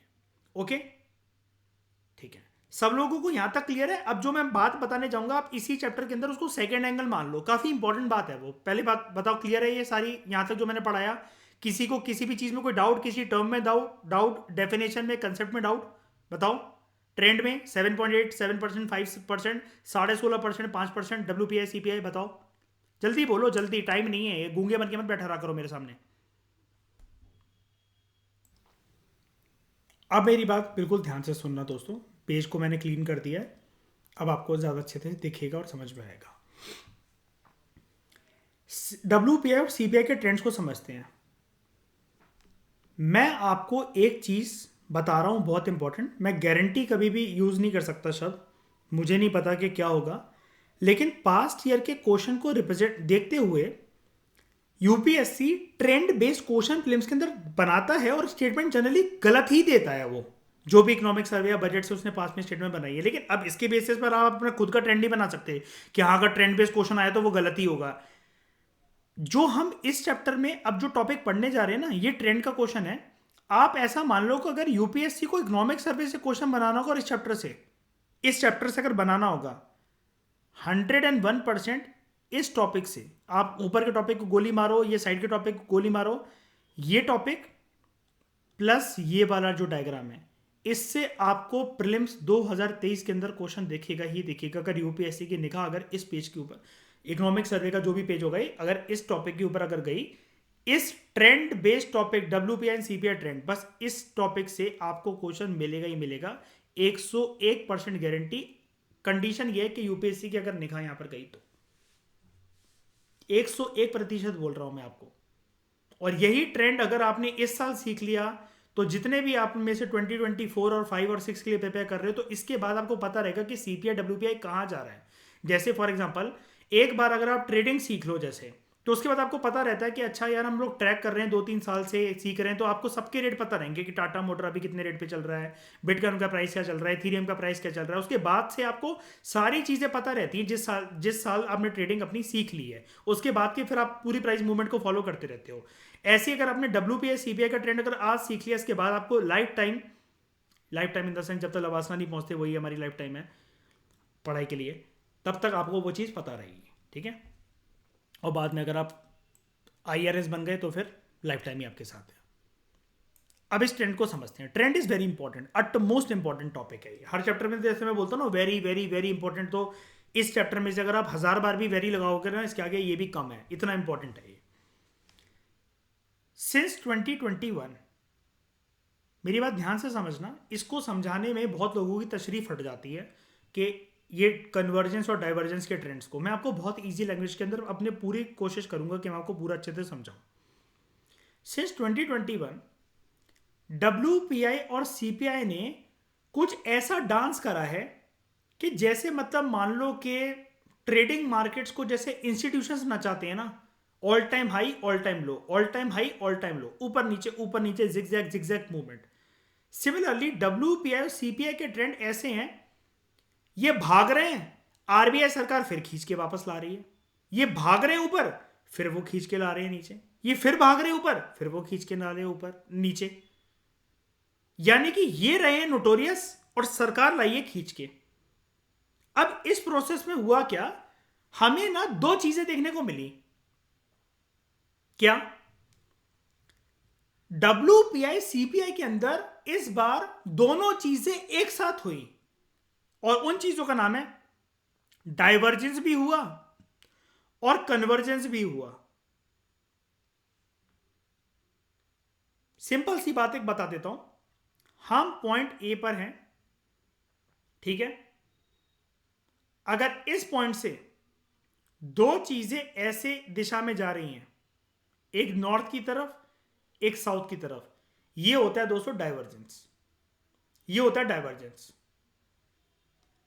और यही अगर दो पॉइंट हैं 1 एंड 2 और ये पॉइंट ए पर आकर अगर मीट कर रहे हैं तो ये होता है कन्वर्जेंस। शर्म के मारे बहुत सारे लोग पूछेंगे नहीं कि ये बेइज्जती कर देंगे और डांटने लगेंगे शायद से, इसलिए मैंने बता दिया एक बारी बच्चों वाली बात आपको, कोई बात नहीं। ऐसी चीज़ अगर लगा करे कि डाउट सर एक बारी कन्वर्जन डाइवर्जन समझा दो, आई रेस्पेक्ट योर एवरी डाउट। यहां पर जितनी मर्जी गलतियां कर लो, रियल एग्जाम के अंदर अगर गलती हुई ना तो गर्दन काट के नजर पट्टू की तरह टंगा दूंगा तुम्हारी बिल्डिंग के बाहर, तुम ही लोगों की। WPI और CPI के ट्रेंड्स 2021 से डाइवर्जेंस हो रहा है WPI और CPI के इंडेक्स में, लेकिन एक ट्रेंड देखने को मिला था कन्वर्जेंस का भी। अब मैं आपको एक बात बता देता हूं, लोग ना इसको पढ़ लेंगे, समझ लेंगे अच्छे से, इकोनॉमिक्स जो फील्ड से हैं उनको भी समझ में आ जाएगा, इकोनॉमिक सर्वे जो मुझसे समझ लेंगे वो भी समझ में आ जाएगा।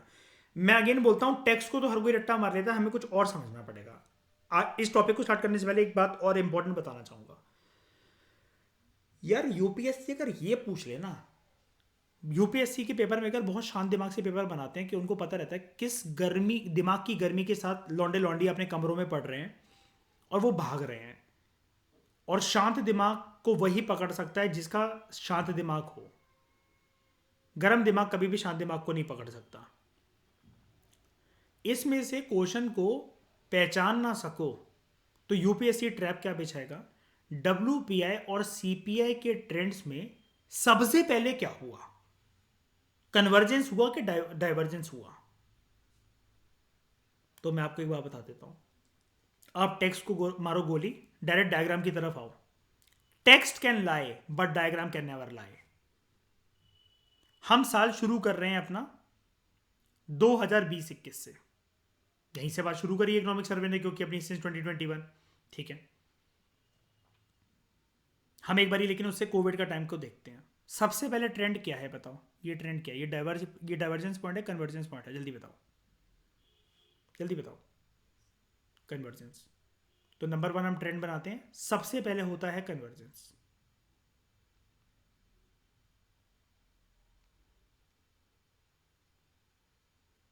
दो 2020-21 बिल्कुल शांत दिमाग से बनाएंगे हम ये, क्योंकि जिनको लगता है लेक्चर्स वगैरह स्लो हैं वो हैं, तो भाई साहब आपसे हाथ जोड़ के विनती है, मेरे भी सिलेक्शन में आप हेल्प करवाएं और आप भी सिलेक्शन करें, आप विजन आइए ज्वाइन कर लें और वहाँ जाके आप अपना मुंह काला करवा लीजिए। तो WPI CPI के बीच में एक कन्वर्जेंस पॉइंट है शुरू में साल 2020-21 में। उसके बाद ये क्या कर रहे हैं, ये नॉर्थ डायरेक्शन में चला गया, ये साउथ में चला गया। क्या बोला मैंने अभी, इसको क्या बोलेंगे हम, इसको मैं इसका कलर अलग यूज कर रहा हूं,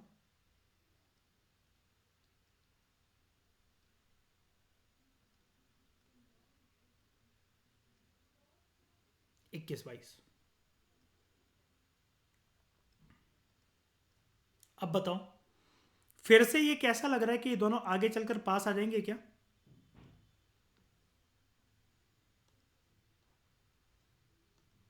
लग रहा है ना कि पास आ रहे हैं। देखो यहां से दूर जा रहे थे, इस पॉइंट तक तो दूर चले गए, अब क्या लग रहा है ये ट्रेंड को ये देखते हुए, ये क्या लग रहा है,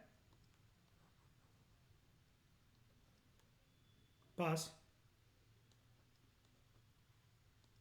अब कन्वर्जेंस का मतलब ये थोड़ी ना कि बिल्कुल होंठ से होंठ चिपका कर बैठ ही जाए दोनों।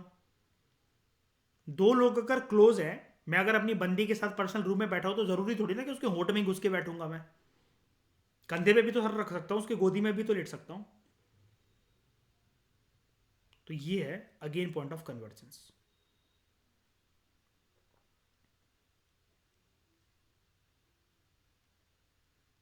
साल 2022-23 कैसा पैटर्न देखने को मिलता है हमें, नोटोरियस बात है कि नहीं है बताओ। वो भागने की कोशिश कर रहा है पास, भागने की कोशिश कर रहा है पास, कैसे, मैं और मेरी बंदी पहले साथ थे साल 2020-21 में, मान लो, आप अपनी लव स्टोरी से कनेक्ट कर लो उसको। उसके बाद मैं यूपीएससी के लिए फोकस हो गया तो मैं उससे दूर होने लग गया, लेकिन फिर हार्मोन्स हमारे एक्टिवेट हुए तो हम दोबारा कन्वर्ट होने लग गए कि नहीं यार, प्रिपरेशन के साथ साथ माइंड को रिलैक्स करना भी जरूरी है। तो क्या हुआ, पास थे, दूरियां बढ़ी, अगेन फिर से पास है। ये एक छोटी सी चीज़ है याद करने की। कुछ भी आप ऐसी बगलोली स्टोरी बना सकते हो, आपकी मर्जी, मुझे ऐसे ही याद होता है, ठीक है। अब ये ट्रेंड अगर हमें समझ में आ गया ना, पास थे, दूरी आई एक बार को, लेकिन अब दोबारा पास आ रहे हैं, ठीक है। और यहां पर ना, यहां पर मुझे उसको, अपनी बंदी को किस करते हुए ना ऑड नहीं लगता था, क्योंकि हमारे बीच में कभी ब्रेकअप नहीं हुआ था। लेकिन अब ये जो ब्रेकअप एक बार हो चुका था ना 2021-22 में, ये जो डाइवर्जेंस हो चुका था, अब ना उतना पास नहीं आ पाते हैं। अब थोड़ा सा ना ये है, गैप है हल्का सा, इस गैप को बस मैं मिटा दूंगा इस साल। मतलब अगर आप इसको इकोनॉमिक सर्वे से कनेक्ट करो तो इकोनॉमिक सर्वे कह रहा है साल 2023 में अगेन ये कन्वर्जेंस बनेगा और दोनों फिर से किसी करेंगे, ठीक है। देखते हैं, सबसे पहले दूरी का रीजन देखते हैं कि भैया दूरी क्यों आई। रीजन फॉर डाइवर्जेंस, हाँ, मैं आपको एक बात और बता दूं। इकोनॉमिक सर्वे ने अपनी कहानी यहाँ से स्टार्ट करी है। मैंने आपको प्री कोविड की कहानी समझा दी कि पहले दोनों पास थे। इकोनॉमिक सर्वे ना थोड़ा सा नेगेटिव है, ये साला बात ही तब की कर रहा है कि जब से दोनों के बीच में दूरियां बढ़ी, डाइवर्जेंस हुआ साल 2021-22 में। तो इकोनॉमिक सर्वे सबसे पहले मेरी कहानी हाईलाइट कर रहा है कि ब्रेकअप क्यों हुआ। नंबर 1 रीजन, एक तो क्या है कि दोनों इंडेक्सेस के अंदर हमने देखा था, आप लोगों को याद होगा अर्पित के इन्फ्लेशन वाले चैप्टर के अंदर इकोनॉमिक सर्वे ये नितिन सिंघानिया से हमने देखा था, इनकी वेटेज अलग होती है। याद है मयूर, वो कैटेगरी ऑफ आइटम्स 500 समथिंग उसमें, 621 उसमें है ना, बास्केट ऑफ गुड्स जो बनती है। तो एक तो डिफरेंस है in the relative weights of the two indexes, और उसके बाद ना lagged effect of imported input cost on retail prices. कहने का मतलब ये है, जब भी कोई गुड इंपोर्ट करवाया जाता है, मैंने आपको लैग्ड इफेक्ट के बारे में ऑलरेडी पढ़ा दिया है, वो सस्ता हो जाता है ना इंपोर्ट करवाने से, सस्ता हो जाता है ना ज्यादा। हम लोग इंपोर्ट क्यों करवाते हैं, वो लोगों को सस्ता पड़ती है ना वो चीजें, है ना।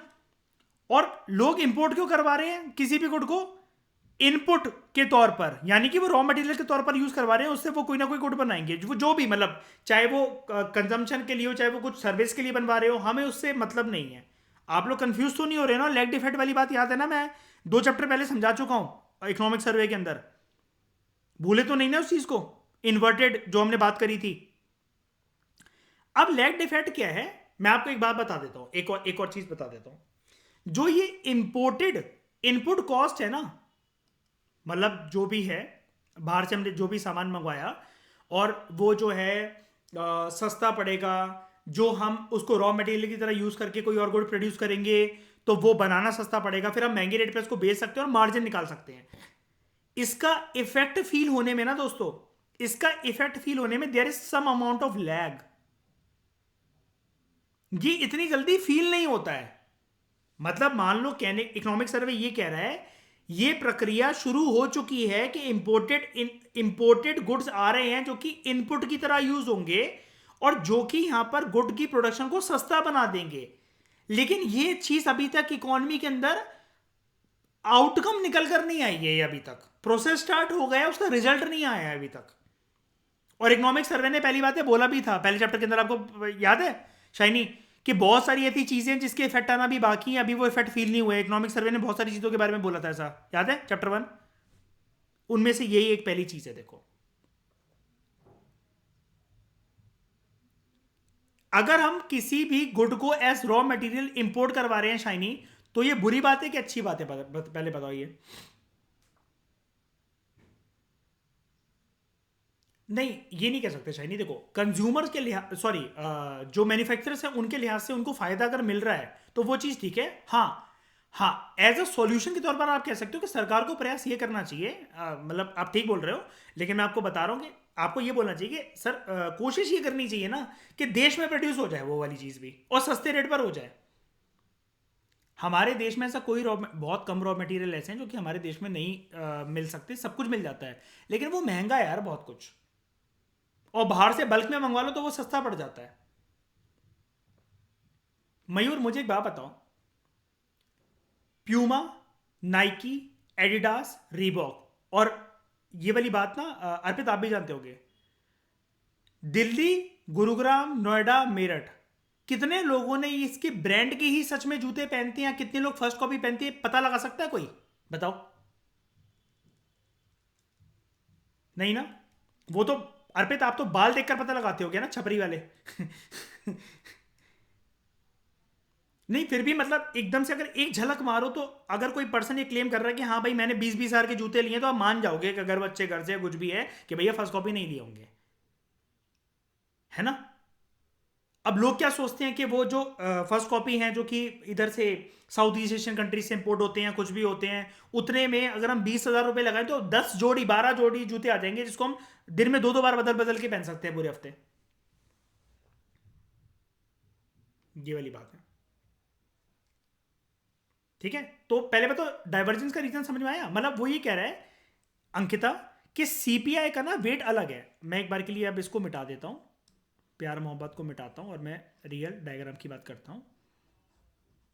आप इसको देखो सब लोग, ठीक है, इसको देखो।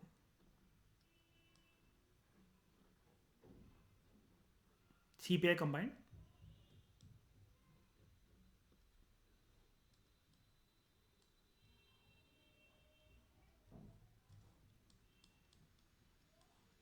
और डब्ल्यूपीआई, ठीक है, दिख रहा है? ये देखो यहां पर ये दोनों जो है, राइटर कह रहा है कि डाइवर्ज ये इसलिए हो गए, ये यहां पर डाइवर्ज इसलिए हो गया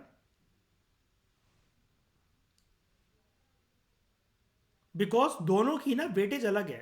जो इसकी बास्केट होती है ना अंकिता, कैटेगरी ऑफ गुड्स जितने इसमें समाएंगे, वो मान लो कि 500 आइटम से बनी हुई है। एग्जाम्पल के तौर पर डब्ल्यूपीआई की जो बास्केट है वो 300 आइटम से बनी हुई है। अब दोनों के जो वजन में डिफरेंस आ जाता है कि कौन सा गुड क्या परसेंटेज होल्ड करके रख रहा है, एक घर पे वो बजट में, एक इंडिविजुअल के हाउस होल्ड के बजट पे क्या इंपैक्ट डालेगा, ये दोनों कैटेगरी अलग अलग है। और कुछ कुछ जो गुड्स हैं ना, जो इंपोर्टेड गुड्स हैं, जो कि रॉ मटेरियल के तौर पे यूज करे जाते हैं, जो इनपुट की तरह यूज होंगे किसी फाइनल गुड को बनाने में, तो जो भी मैन्युफैक्चरर्स ने उन इंपोर्टेड गुड्स को मंगवाया है इनपुट कॉस्ट को रिड्यूस करने के लिए, तो उसका इफेक्ट ना इतनी जल्दी फील नहीं हो पाया है। इसलिए वो मतलब समझने की कोशिश करो चाइनीज बात को। वो ये कह रहा है इकोनॉमिक सर्वे डैट ये चीजें जो महंगी लग रही है ना, इतने गुड्स जो महंगे लग रहे हैं वो इतने हैं नहीं एक्चुअल में, हो जाएंगे सस्ते, लेकिन उसका इफेक्ट अभी फील नहीं हुआ है, इसलिए डाइवर्स कर गए। और डाइवर्जेंस का एक पॉइंट तो ये भी रहा है कि देखो बास्केट, जो number of goods and services से जो दोनों बास्केट बनी है सीपीआई डब्ल्यूपीआई की, ये सेम नहीं होते। हमने बेसिक के अंदर भी पढ़ा था इसको, फाउंडेशन कोर्स के अंदर, शायद याद होगा आपको, है ना। सीपीआई के अंदर अलग number of goods and services का आइटम है और सीपीआई के अंदर अलग है, सीपीआई कंबाइंड के अलग है, डब्ल्यूपीआई के अंदर अलग है ना। लेकिन अब ये जो एक हमें ट्रेंड देखने को मिल रहा है कि डब्ल्यूपीआई और सीपीआई देखो एक बार के लिए कन्वर्ज कर रहे हैं, पास आ रहे हैं, ये क्या है? उसके पीछे इकोनॉमिक सर्वे हमें रीजन ये देता है कन्वर्जेंस का। एक तो डब्ल्यूपीआई ना थोड़ा सा शांत हो गया है। कैसे? जैसा कि आप ऊपर देख लो, याद करो, अभी हमने जो पढ़ा पीक पर गया था 16.5% तक, लेकिन अब वो थोड़ा सा कम गिरने लगा है। तो इकोनॉमिक सर्वे 31 जनवरी को आया है, तो वो उसने ये पक्का उसने लेटेस्ट बात ही करी है। ये वाला जो पॉइंट है ना कन्वर्जेंस का, ये पक्का इसने लेटेस्ट बात ही करी है, क्योंकि ये बोल रहा है कि डब्ल्यूपीआई की बेसिस पर जो इन्फ्लेशन थी ना कमोडिटीज की, वो शांत हो गई है। क्रूड ऑयल शांत हो गया है, आयरन शांत हो गया है, एल्यूमिनियम शांत हो गया। शांत होने का मतलब प्राइसेस के बेसिस पर बात हो रही है। शांत हो गया आप ऐसा मत समझना कि खत्म हो रहा है, खत्म होगा तो प्राइसेस बढ़ेंगे। कोई भी चीज जो लिमिटेड क्वांटिटी के अंदर रह गई और ये डिमांड इनकी आप जानते हो ज्यादा रहती है, जिस चीज की डिमांड ज्यादा सप्लाई कम, तो ऑब्वियसली बात है उसके प्राइसेस बूम करेंगे।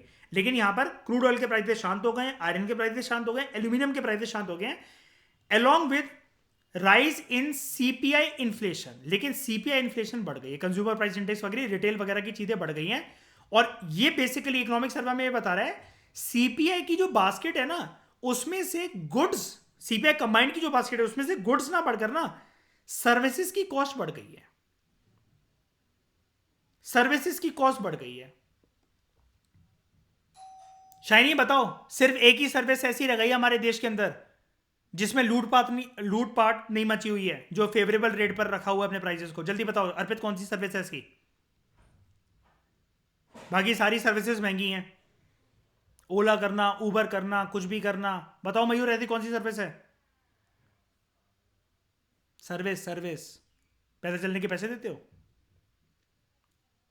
बताओ ईशा, कौन सी सर्विस है ऐसी है? अर्पित याद नहीं आ रहा? नहीं, जो एक ऐसी है जिसे मतलब मान लो कि दुनिया ने लूट मचाई हुई है, वो सर्विस बिल्कुल फेवरेबल रेट पर है। जल्दी बताओ।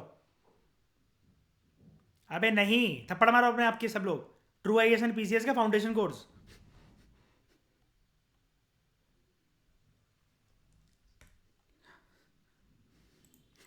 True IAS and trading unlimited के अलावा सारी चीजें महंगी है इस देश में। आसान बात है क्या 15-20 हज़ार का फाउंडेशन कोर्स लॉन्च करना? खैर छोड़ो, मजाक को उठाकर। अर्पित ने जैसा बोला कि सरकार की कैटेगरी के अंदर नहीं आता, और अर्पित लौंडे इतने बोले, लौंडे लौंडे इतने बोले बोले हमारे फाउंडेशन कोर्स के अंदर, लिख भी आएंगे। ठीक है। Fuelled by rise in services cost, तो सर्विसेज कॉस्ट बढ़ गई। अब सर्विसेज कॉस्ट देख लो, मजाक को उठाकर एक बार मैं आपको बात बताता हूँ। आप कोई भी सर्विस ले लो भाई, गुड्स से ज्यादा ना सर्विसेज के कंजम्पशन में बहुत रेट जाता है। जैसे मतलब मान लो आप आपने लेटेस्ट एक कॉल सेंटर ज्वाइन करा दिल्ली के अंदर, और दिल्ली एनसीआर के अंदर, और आप गुरुग्राम या नोएडा वगैरह तक जाते हो कॉल सेंटर में। शुरू शुरू में अगर आप स्टार्ट करते हो, कुछ भी करते हो, तो 20,000 25,000 आपकी सैलरी है। मान लो बहुत अच्छी अप्रोच से आप लगे हो तो 25,000 से ज़्यादा सैलरी नहीं हो सकती ज्वाइनिंग फेज के अंदर। लेकिन अब आपको बहुत दूर पड़ता है, नोएडा वगैरह से आपका टाइम इतना नहीं होता, आपको शाम को आगे 10 चीज़ें और संभालनी पड़ती हैं, कुछ ट्यूशन पढ़ाना है, कहीं और जाना है, जिम जाना है, तो आप कोशिश करते हो कि अपना टाइम बचाने का। अब आप ओला एंड उबर से पर्सन जो डेली जाएगा, अप डाउन करेगा, मुझे बताओ अर्पित, उसके 25,000 में से उसको कुछ घंटा बचेगा क्या महीने के एंड में? है ना? ये चीज होती है। कोई भी आप सर्विस मतलब देख लो। और बताओ सर्विसेज की बातें, जैसे बिजली के बिल देख लो। यूपी में सबसे महंगी बिजली है अर्पित पूरे हिंदुस्तान में, है ना? और कोई भी चीज़ आप देख लो, कोई भी चीज़ें देख लो आप, क्या स्कूल की फीस फीस देख लो, है ना? आप एनीथिंग, मतलब जो भी आपके दिमाग में आता है, कोई भी जो आप सर्विस कंज्यूम करते हो, वो सारी महंगी हो चुकी हैं। सारी की सारी महंगी हो चुकी हैं।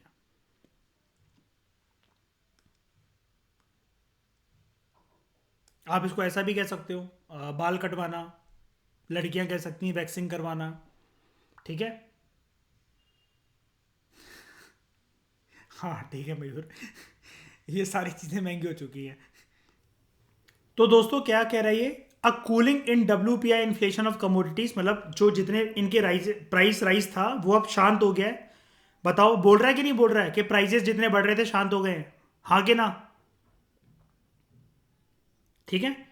लेकिन अगर WPI के प्राइसेस शांत हो गए, तो क्या मैं ऐसा बोल दूं कि अभी तक वो ऊपर बढ़ रहा था और अब वो नीचे गिरने लगा है? बोल दूं? जल्दी बताओ। ठीक है। और सीपीआई क्या बोल रहा है कि इसके प्राइसेस बढ़ गए, तो मैं क्या ऐसा बोल दूं कि नीचे आ रहा था और ये ऊपर जाने लगा है? ठीक है। देख लो अब, ट्रेंड देख लो दोस्तों। रेड वाली लाइन WPI की लाइन है, मिटा देता हूं एक बार सबको। रेड वाली लाइन WPI की लाइन है, और ब्लू वाली लाइन सीपीआई कंबाइंड की लाइन है। ये देखो, इसके प्राइसेस बढ़ते चले जा रहे हैं सर्विसेज कॉस्ट इंक्रीज होने की वजह से। और WPI, क्रूड ऑयल वगैरह, आयरन, एल्यूमिनियम, इनके प्राइसेस गिर गए हैं। ग्लोबल शॉक जो है रशिया यूक्रेन वॉर वगैरह का, वो भी शांत होने लगा है थोड़ा थोड़ा, तो उसके प्राइसेस भी गिरते चले जा रहे हैं। तो एक बार बताओ, यहां पर हम क्या कह सकते हैं? WPI is falling, CPI is increasing. उसी की वजह से किस्सी हो रही है। एक को झुकना पड़ेगा, एक को बढ़ना पड़ेगा, तभी जाके संबंध रिलेशन अच्छे बनेंगे। लेकिन आगे बढ़ने से पहले ये कह रहा है कि क्रूड ऑयल के प्राइसेस वगैरह शांत हो गए। मैं कैसे मान लूँ भाई? प्रूफ दो मुझे, प्रूफ। शांत हो गए हैं क्या? वो बूम कर रहे थे पहले और क्या नीचे आए हैं? तो चलो ट्रेडिंग व्यू आपके सामने लिख रहा हूँ। क्रूड ऑयल, इस पर भी ट्रेडिंग होती है।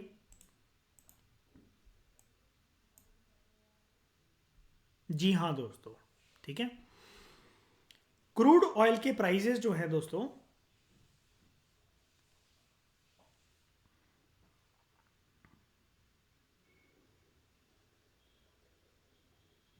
यहां से लेकर यहां तक बूम कर रहे थे। और एक बार के लिए मैं इसका टाइम भी देख लेता हूँ, यहां पर जाकर हम मार देते हैं वेनेसडे 15 जून 2022 तक। ये डेट आपको याद नहीं करनी है, मतलब वैसे ही मैंने अपनी अंडरस्टैंडिंग के लिए निकाला इसको। वेनेसडे 15 जून 2022 तक, ठीक है। इसके बाद yes, crude oil prices falling.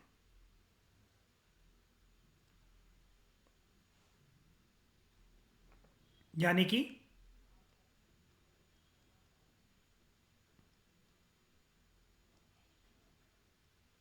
Cooling effect दिखा है हमें क्रूड ऑयल में। और ये क्रूड ऑयल का चार्ट है, मैंने आपके सामने जो खोला है क्रूड ऑयल। और बैकग्राउंड में अगर आप देखोगे ना, इस स्क्रीन के पीछे, इस कैंडल्स के पीछे बैकग्राउंड देखो, यहाँ पर लिखा हुआ है क्रूड ऑयल,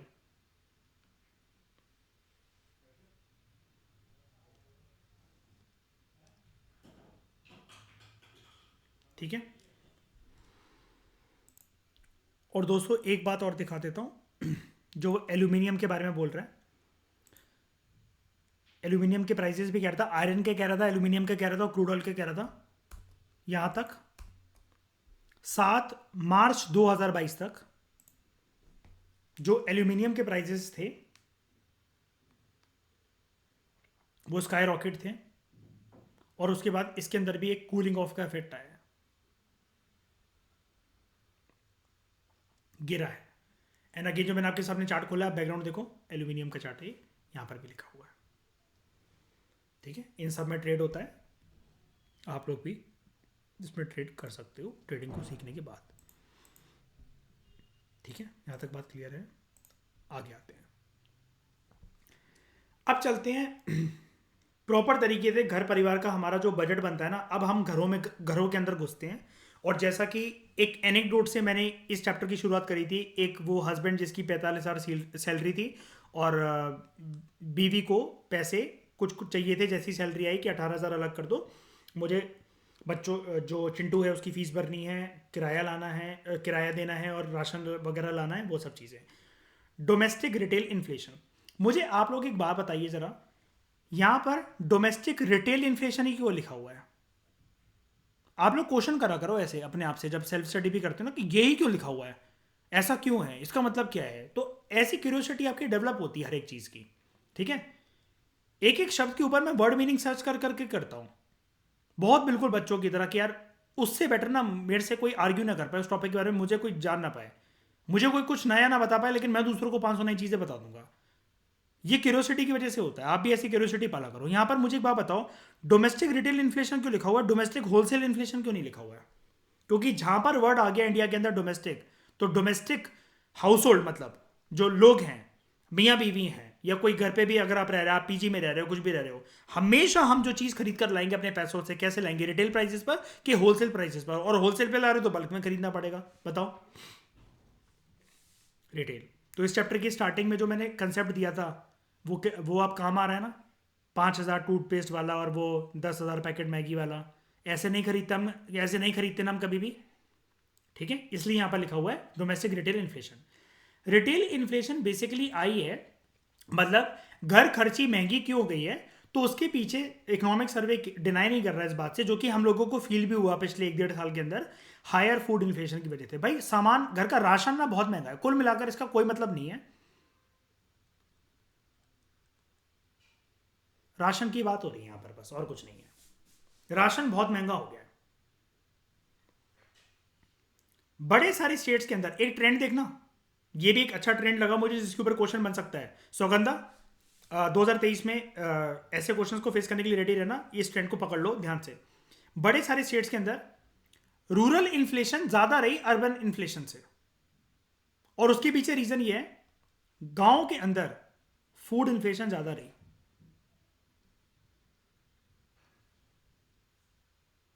भाई साहब ये बहुत अजीब ट्रेंड है ये, अगर आपको लाइट लग रहा हो ना, आप इसको सोच के देखो, सोच के देखो। जो तंदूरी मोमोज अगर मैं अपनी बंदी के साथ दिल्ली में खा रहा हूँ, यही मैं अगर भिंड मुरैना जाकर खाऊं, तो मैं तो ये एक्सपेक्ट करूंगा ना कि यार वो सस्ते मिलेंगे, मतलब एक स्टोरी मेकिंग के तौर पर सोच लो।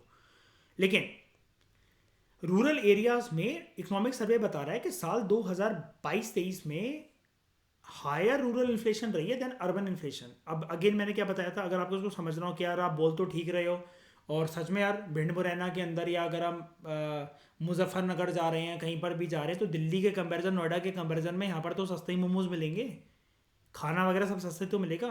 लेकिन मैंने आपको क्या बताया था, इन्फ्लेशन इन्फ्लेशन उस बंदे के लिए होती है, आई रिपीट, इन्फ्लेशन किसी के लिए इन्फ्लेशन तब होती है जब उसकी इनकम ना बढ़ रही हो। यानी कि हम इससे क्या हिंट निकाल सकते हैं कि गांव में लोगों की, बताओ, गांव में लोगों की इनकम इतनी नहीं बढ़ी है, और क्योंकि उनके पास इनकम के डाइवर्सिफिकेशन के सोर्सेज भी नहीं होते हैं गांव में, लेकिन जो राशन वगैरह ये जो चीज़ें हैं ये महंगी होती चली जा रही हैं और लोगों के पास ज़्यादा कुछ बचा भी नहीं है। तो जब इकोनॉमिक सर्वे का इसका वर्जन आने दो पूरा डिटेल में, हम पता ये भी जानेंगे रूरल अर्बन माइग्रेशन भी बढ़ गई है इसकी वजह से। लोगों को क्या लगता है, थोड़ा सा अपने गांव का कुछ ना कुछ एक उधारी लेकर या एक खेत बेचकर चल लेते हैं, और जनरली गांव से आजकल लोग रूरल अर्बन माइग्रेशन करते हैं। मुझे एक बात बताओ, सबसे टॉप मोस्ट प्रायोरिटी पर क्या काम करने के लिए आते हैं वो आजकल? मुझे बता दो, आजकल का ट्रेंड देखते हुए मयूर बताओ, जल्दी बताओ, दिल्ली में गांव का आदमी जो दिखता है आपको सबसे ज्यादा टॉप मोस्ट प्रायोरिटी पे आजकल के टाइम में क्या काम कर रहा है वो, जल्दी बताओ। नहीं, बैटरी रिक्शा खरीद लेता है, लाख रुपए का आ जाता है वो, दिहाड़ी बन जाती है, गांव में थोड़े पैसे पहुंचा देता है अगर गांव से उधारी कर आया है और खेत बेच कर आया है, कुछ एक लैंड बेच कर आया है, तो फिर मामला सेट है। हाँ, करेक्ट, मतलब समझने की कोशिश करो, मतलब मैं बात बता रहा हूँ टू द पॉइंट, नहीं हर किसी की कहानी, हर किसी का जीवन एक जैसा नहीं होता, जनरल एक ट्रेंड बता रहा हूँ, आजकल यही हो रहा है। उनको लगता है दिहाड़ी मजदूरी करने से कोई फायदा है नहीं, रिक्शा खरीद लेते हैं कि यार इसका किराए खर्चे भी निकलते रहेंगी, किस्तें भी निकलती रहेंगी, चार्ज करना पड़ता है, रात भर चार्ज करके पूरे दिन चलता है। फिर बंदा ऐसे ही करके 1 से 2 रिक्शे, 2 से 4, 4 से 8 ऐसे कर लेता है, और ये चीजें जो होती हैं कंसिस्टेंट इनकम बांट देती हैं। दिल्ली में आजकल 2 ही कामों पे बंदा अगर बिना कर्जे कर्जे के सर्वाइव करना है ना, अगर उसे, दिल्ली जैसी जगह में 2 काम आजकल बहुत अच्छे हैं। एक, खाने पीने के स्टॉल, ठीक है, शोरूम वोरूम मत बनाओ, दुकान मत बनाओ, स्टॉल बनाओ जहां खर्चे कम हो वो, और दूसरा है बैटरी रिक्शा या ऑटो खरीदो बड़े सारे, 10 से 15 खरीदो और महीने भर का अच्छा सा लाख रुपए कमाओ। Most states witness higher rural inflation than urban inflation due to marginally higher food inflation in rural areas। ठीक है, अब घरों की अगर बात हो रही है तो घर लेने वालों की क्या हालत है इंडिया में, कितने लोग घर बना पाए, कितने लोग अफोर्ड कर पाए, क्या कोई घर बनाया पाया अपना साल 2022-23 में, तो उसके पीछे इकोनॉमिक सर्वे क्या कहता है। तो इसको देखने के लिए एक बार के लिए हम कंसेप्ट जानते हैं, WPI CPI को जान लिया, HPI को जानते हैं। ये आपके लिए एक नई टर्म है, आप सबके लिए, ठीक है, सारे फाउंडेशन कोर्स के स्टूडेंट्स वगैरह के लिए, सबके लिए नई टर्म है, हाउसिंग प्राइस इन्फ्लेशन या हाउसिंग प्राइस इंडेक्स। ये बेसिकली क्या होता है, it represents price change in the residential housing properties. प्रॉपर्टियां कितनी महंगी हो गई हैं, कितनी सस्ती हो गई हैं, ये हाउसिंग प्राइस इंडेक्स ना, आप इसको ज्यादा दिल से मत लगाना। क्यों? एक तो उसे पब्लिश और कंपाइल करा जाता है नेशनल हाउसिंग बैंक के द्वारा, अगेन प्रीलिम्स का एक इंपॉर्टेंट क्वेश्चन, और ये सिर्फ ना कंसेप्ट देखा जाता है जो सर्वे के बेसिस पर ये इंडेक्स बनाया जाता है 50 सिटीज 18 स्टेट के अंदर, यानी कि कॉम्प्रीहेंसिव नहीं है, मेरी निगाह में तो नहीं है कॉम्प्रीहेंसिव। इंपॉर्टेंट तो है, एग्जाम के लिहाज से तो इंपॉर्टेंट है, बहुत इंपॉर्टेंट है, लेकिन कॉम्प्रीहेंसिव नहीं है, तो इसलिए इसकी बात भी नहीं होती स्टैटिक बुक्स के अंदर जो हमने पढ़ा, क्योंकि एक नई चीज़ है ये बेसिकली, है ना। Housing national housing bank NHB इसको कंडक्ट करवाता है, कंपाइल करता है, पब्लिश भी वही करता है, 18 स्टेट्स के अंदर सर्वे कंडक्ट करता है जिनमें 50 सिटीज कवर होती हैं, और ये बेसिकली ये देखते हैं, टर्म पे ध्यान देना, रेसिडेंशियल हाउसिंग प्रॉपर्टी, ये नहीं कि कोई भी जमीन आप खरीद रहे हो, खेती बाड़ी उस पर कर रहे हो, कुछ भी कोठा चला रहे हो, ये सब नहीं, उसमें रहना चाहिए पर्सन, वो जो हम अपने नॉर्मल घरों के लिए रहते हैं। अगर मिसेस दुबे बीवी मेरी घर पर आ रही है कल को, तो उससे पहले मैं क्या उसके साथ एक नया घर खरीद कर, जो एक किसी से बिल्डर से या कहीं से भी बात करके, क्या मैंने अपनी एक प्रॉपर्टी बनवाने की मेरी हैसियत है? अगर है तो मेरे जैसे लोगों का 18 स्टेट्स के अंदर, 50 स्टेट्स के अंदर जाकर ये सर्वे कंडक्ट होता है जिसको कंपाइल करा जाता है नेशनल हाउसिंग बैंक के द्वारा, और ये दिखाता है कि रेसिडेंशियल हाउसिंग प्रॉपर्टीज किसी एक बंदे के लिए महंगी हुई है कि सस्ती हुई है, डिपेंडिंग कि प्राइस चेंजेस उस पर कैसे हुए। अगर प्राइस चेंजेस हुए हैं और लोगों की अफोर्डेबिलिटी है, तो लोगों की यहाँ पर फिर ये तो प्राइस हो गया, प्रॉपर्टी का, रेसिडेंशियल हाउसिंग प्रॉपर्टीज का, this will be seen in relation to the income of the citizen also. Simple सी चीज़, वही जैसे WPI CPI में देखा जाता है, हर चीज़ इनकम के साथ एसोसिएटेड है, क्योंकि इनकम के बेसिस पर जो बाजारों में प्राइसेस है किसी भी गुड के, सर्विस के, प्रॉपर्टी के, किसी भी चीज़ के, वो इनकम पे ही तो डिपेंड करते हैं, तभी तो चीज़ें महंगी या सस्ती खिलाएंगी मेरे लिए, वही तो बात है। हाउसिंग प्राइस इंडाइसिस या हाउसिंग प्राइस इंडेक्स या हाउसिंग प्राइस इन्फ्लेशन क्या कहता है, इसका ट्रेंड इकोनॉमिक सर्वे क्या बताता है? There is an overall increase in the composite HPI assessment. Housing price index अब एक कॉम्प्रिहेंसिव तरीके से असेस करा जाता है, कॉम्पोजिट HPI असेसमेंट का एक पूरा इंडेक्स बनाया जाता है। क्यों? इसका मतलब क्या है? ये फालतू की अंग्रेजी का कॉम्पोजिट HPI असेसमेंट, इसका मतलब है 50 सिटीज प्लस 18 स्टेट्स, वही 50 cities in 18 states. HPI market prices को देखा जाता है, हाउसिंग प्राइस के, वही ये वाला पॉइंट कनेक्ट कर दो, रेसिडेंशियल हाउसिंग प्रॉपर्टीज के प्राइजेस के अंदर कितना चेंज आ रहा है उनके मार्केट प्राइसेस के अंदर। और इकोनॉमिक सर्वे में ये इंडिकेट करता है, it indicates a revival in the housing finance sector. घर जो लोग काफी खरीद नहीं रहे थे, वो नहीं अफोर्ड नहीं कर पा रहे थे, अब उसके अंदर एक रिवाइवल देखने को मिला है कि प्रॉपर्टी रियल एस्टेट का बिजनेस इस वजह से बढ़ गया क्योंकि साल 2022-23 में, फाइनेंशियल ईयर 2022-2023 के अंदर काफी सारे लोग इसको, हाउसिंग को, रेसिडेंशियल हाउसिंग प्रॉपर्टीज को अफोर्ड कर पाए हैं। छोटा घर, बड़ा घर, 50 गज का, 40 गज का, 100 गज का, वो डिपेंड करता है, लेकिन लोग घर ले पाए हैं। कैसे कह सकते हैं? और ये हुआ क्यों है? कैसे कह सकते हैं हम ये वाली बात कि ये चीज़ पॉसिबल हो पाई है? इकोनॉमिक सर्वे कहता है कि गवर्नमेंट ने ना हाउसिंग सेक्टर के अंदर एक बहुत बड़ा पॉलिसी इंटरवेंशन कराया। क्या करा है? होम लोन जिन जिन बंदों ने लिए हैं, जिन जिन लोगों ने लिए हैं पिछले एक साल के अंदर, फाइनेंशियल ईयर 23 यानी कि 2022-23 के अंदर, होम लोन की इंटरेस्ट रेट जो हैं वो काफ़ी कम कर दिए सरकार ने। ये एक पॉलिसी इंटरवेंशन है जिसकी वजह से घर खरीदने वालों की जो डिमांड है वो प्रॉप अप हो गई, बढ़ गई, कुल मिलाकर राइज हो गई, और जिसकी वजह से बायर अट्रैक्ट हुए और हर किसी ने बिल्डर या जो भी ठेकेदार वेकेदार जो भी होते हैं, जो भी प्रोसेस होता है, उनको कांटेक्ट करा कि भाई साहब हमें भी घर दिलवा दो, फ्लैट दिलवा दो, अपना एक घर हो जाएगा, किराए के घर में रहते रहते बहुत टाइम हो गया है, अब हम भी जो है अपनी बीवी के साथ अपने खुद के घर में रोमांस करना चाहते हैं, किराए के घरों में नहीं। प्राइजेस एंड इन्फ्लेशन, तो यानी कि यहां से हमारा चैप्टर का जो नींव है वो एक कंप्लीट होती है। Tight rope walking, tight rope walking was very much successful, was very much successful. इसके कुछ और पहलू पे निगाह डालते हैं। इन्फ्लेशन ना अपनी पीक पे थी, लेकिन वहां से करके वापस लौट कर आई है, ठीक है, क्योंकि ग्लोबल कमोडिटी के जो प्राइजेस हैं वो शांत हो गए हैं। और अभी हमने लाइव, मैंने आपको एग्जांपल दिखाया क्रूड ऑयल वगैरह का भी, एल्यूमिनियम वगैरह का भी, आयरन का मिला नहीं मुझे, लेकिन दो के मैंने आपको दिखा दिए।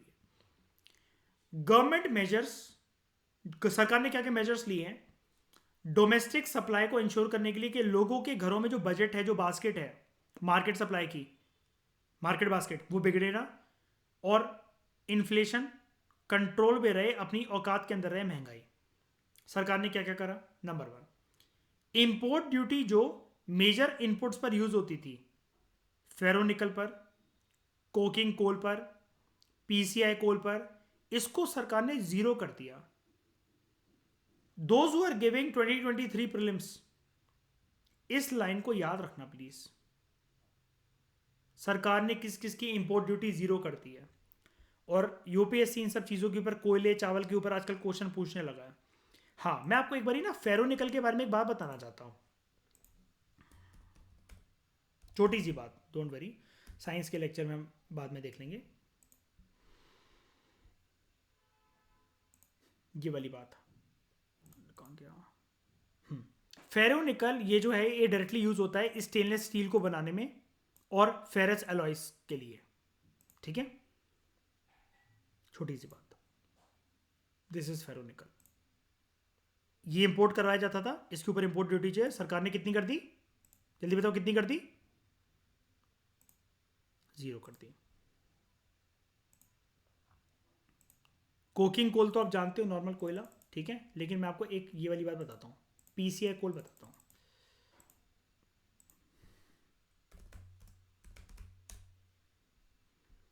फुल फॉर्म बस इसकी याद रखना, इसलिए मेरे को आपको बताना था ये। पल्वराइज्ड कोल इंजेक्शन, ठीक है। ये एक बेसिकली मेथड होता है, ये प्रकार का जब कोयला डाला जाता है तो उससे जो ब्लास्ट फर्नेस होते हैं जहाँ पर कोयला जैसे जलाया जाता है, कोयला आपको पता है ना, कोयले से बिजली भी बनती है, ये बेसिक चीज़ तो जानते हो क्या आप लोग सब, है ना। क्या होता है, क्या बनती है? हाँ, आज तक बनती है। अभी याद है ना अर्पित, कुछ महीने पहले, ज़्यादा पुराना भी नहीं, 2-3 महीने 2.5 महीने पहले की बात है, वो बिजली कटने लगी थी, है ना, कि कोयला कम हो गया, हमने फिर मंगवाया था बाहर से, रशिया वगैरह से, है ना। हाँ, उसके बाद फेज वाइज रिडक्शन करी है सरकार ने in the excise duty of petrol and diesel. इसके भी दाम बहुत बढ़े थे 2022 में, हम सब लोग जानते हैं इस बात को, घरों में तो पक्का सुना ही होगा आपने, है ना। उसके बाद सरकार ने जो कस्टम ड्यूटी लगती थी कॉटन कॉटन के ऊपर, इसको वेव ऑफ कर दिया, ठीक है, वेव ऑफ कर दिया। यानी कि कॉटन के ऊपर ड्यूटी को हटा दिया गया है, और जो इंपोर्ट ड्यूटी थी इसके ऊपर, अगर मैं आपको प्रॉपर तरीके से बता दूं, इंपोर्ट ड्यूटी बस नाम आ जाएगा यहाँ पर, कस्टम ड्यूटी नाम आ जाएगा कॉटन के ऊपर, ये दोनों जीरो कर दी गई है। हाँ, पेट्रोल और डीजल के ऊपर रिडक्शन चल रही है फेज वाइज मैनर के अंदर। एंड गेहूं अब हमारे देश से बाहर नहीं जाएगा, इसके ऊपर प्रतिबंध लगा दिया गया है। ऐसा क्यों करा गया होगा, थोड़ा सा अपना दिमाग लगाना जरा, जल्दी बताओ। Prohibition on export of wheat क्यों? हाँ, बफर स्टॉक जो है ना, बफर स्टॉक हिल गया होगा पक्का सरकार का, है ना, बोल सकते हैं ना शाइनी, कि मिनिमम जितना मेंटेन रखना चाहिए। याद है मैं आपको एक बात बताई थी इकोनॉमिक्स के क्लासेस पढ़ते हुए, और जब हम प्राण्या के साथ भी क्लास कर रहे थे, 10वीं क्लास की जो इकोनॉमिक्स कर रहे थे, कि इतना इतना टन 20-20 10-10 साल के लिए सरकार रेडी रखने की कोशिश करती है ना, कि जब देश में कुछ भी हो जाएगा तो 10 साल तक लोग खा सके, वो हो सकता है उसका जो मिनिमम इतना जो क्या कहेंगे उसको, इतना जो रहना चाहिए, इतनी जो बास्केट रहनी चाहिए, वो हिल गई होगी। तो सरकार ने बोल दिया कि नहीं, जब तक अनाज वगैरह के क्रॉपिंग सीजन निकल नहीं जाते 1-2, तब तक, और जितना बफर स्टॉक मेंटेन नहीं रहना चाहिए तब तक, वो हम लोग प्रतिबंध लगाते हैं, प्रोविजन लगाते हैं कि देश से बाहर गेहूं नहीं जाएगा। ये कुछ टाइम के लिए करा गया होगा, ठीक है, ठीक है। शायद ये चैप्टर तो आपको अच्छा ही नहीं लगा होगा, है ना। नहीं, क्यों लगा होगा? इन्फ्लेशन, आपको क्या लेने देना इन्फ्लेशन से? आपके लिए क्या है कि इन्फ्लेशन पे, अरे एक बच्चा बेच के 50 लाख।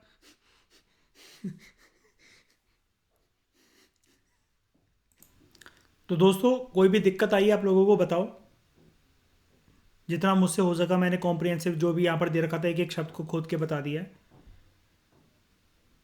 कोई भी दिक्कत आई है किसी को भी? अंकिता, आपको समझ में आया सब कुछ? हर्षप्रीत, आपको आया समझ में सब लोगों को?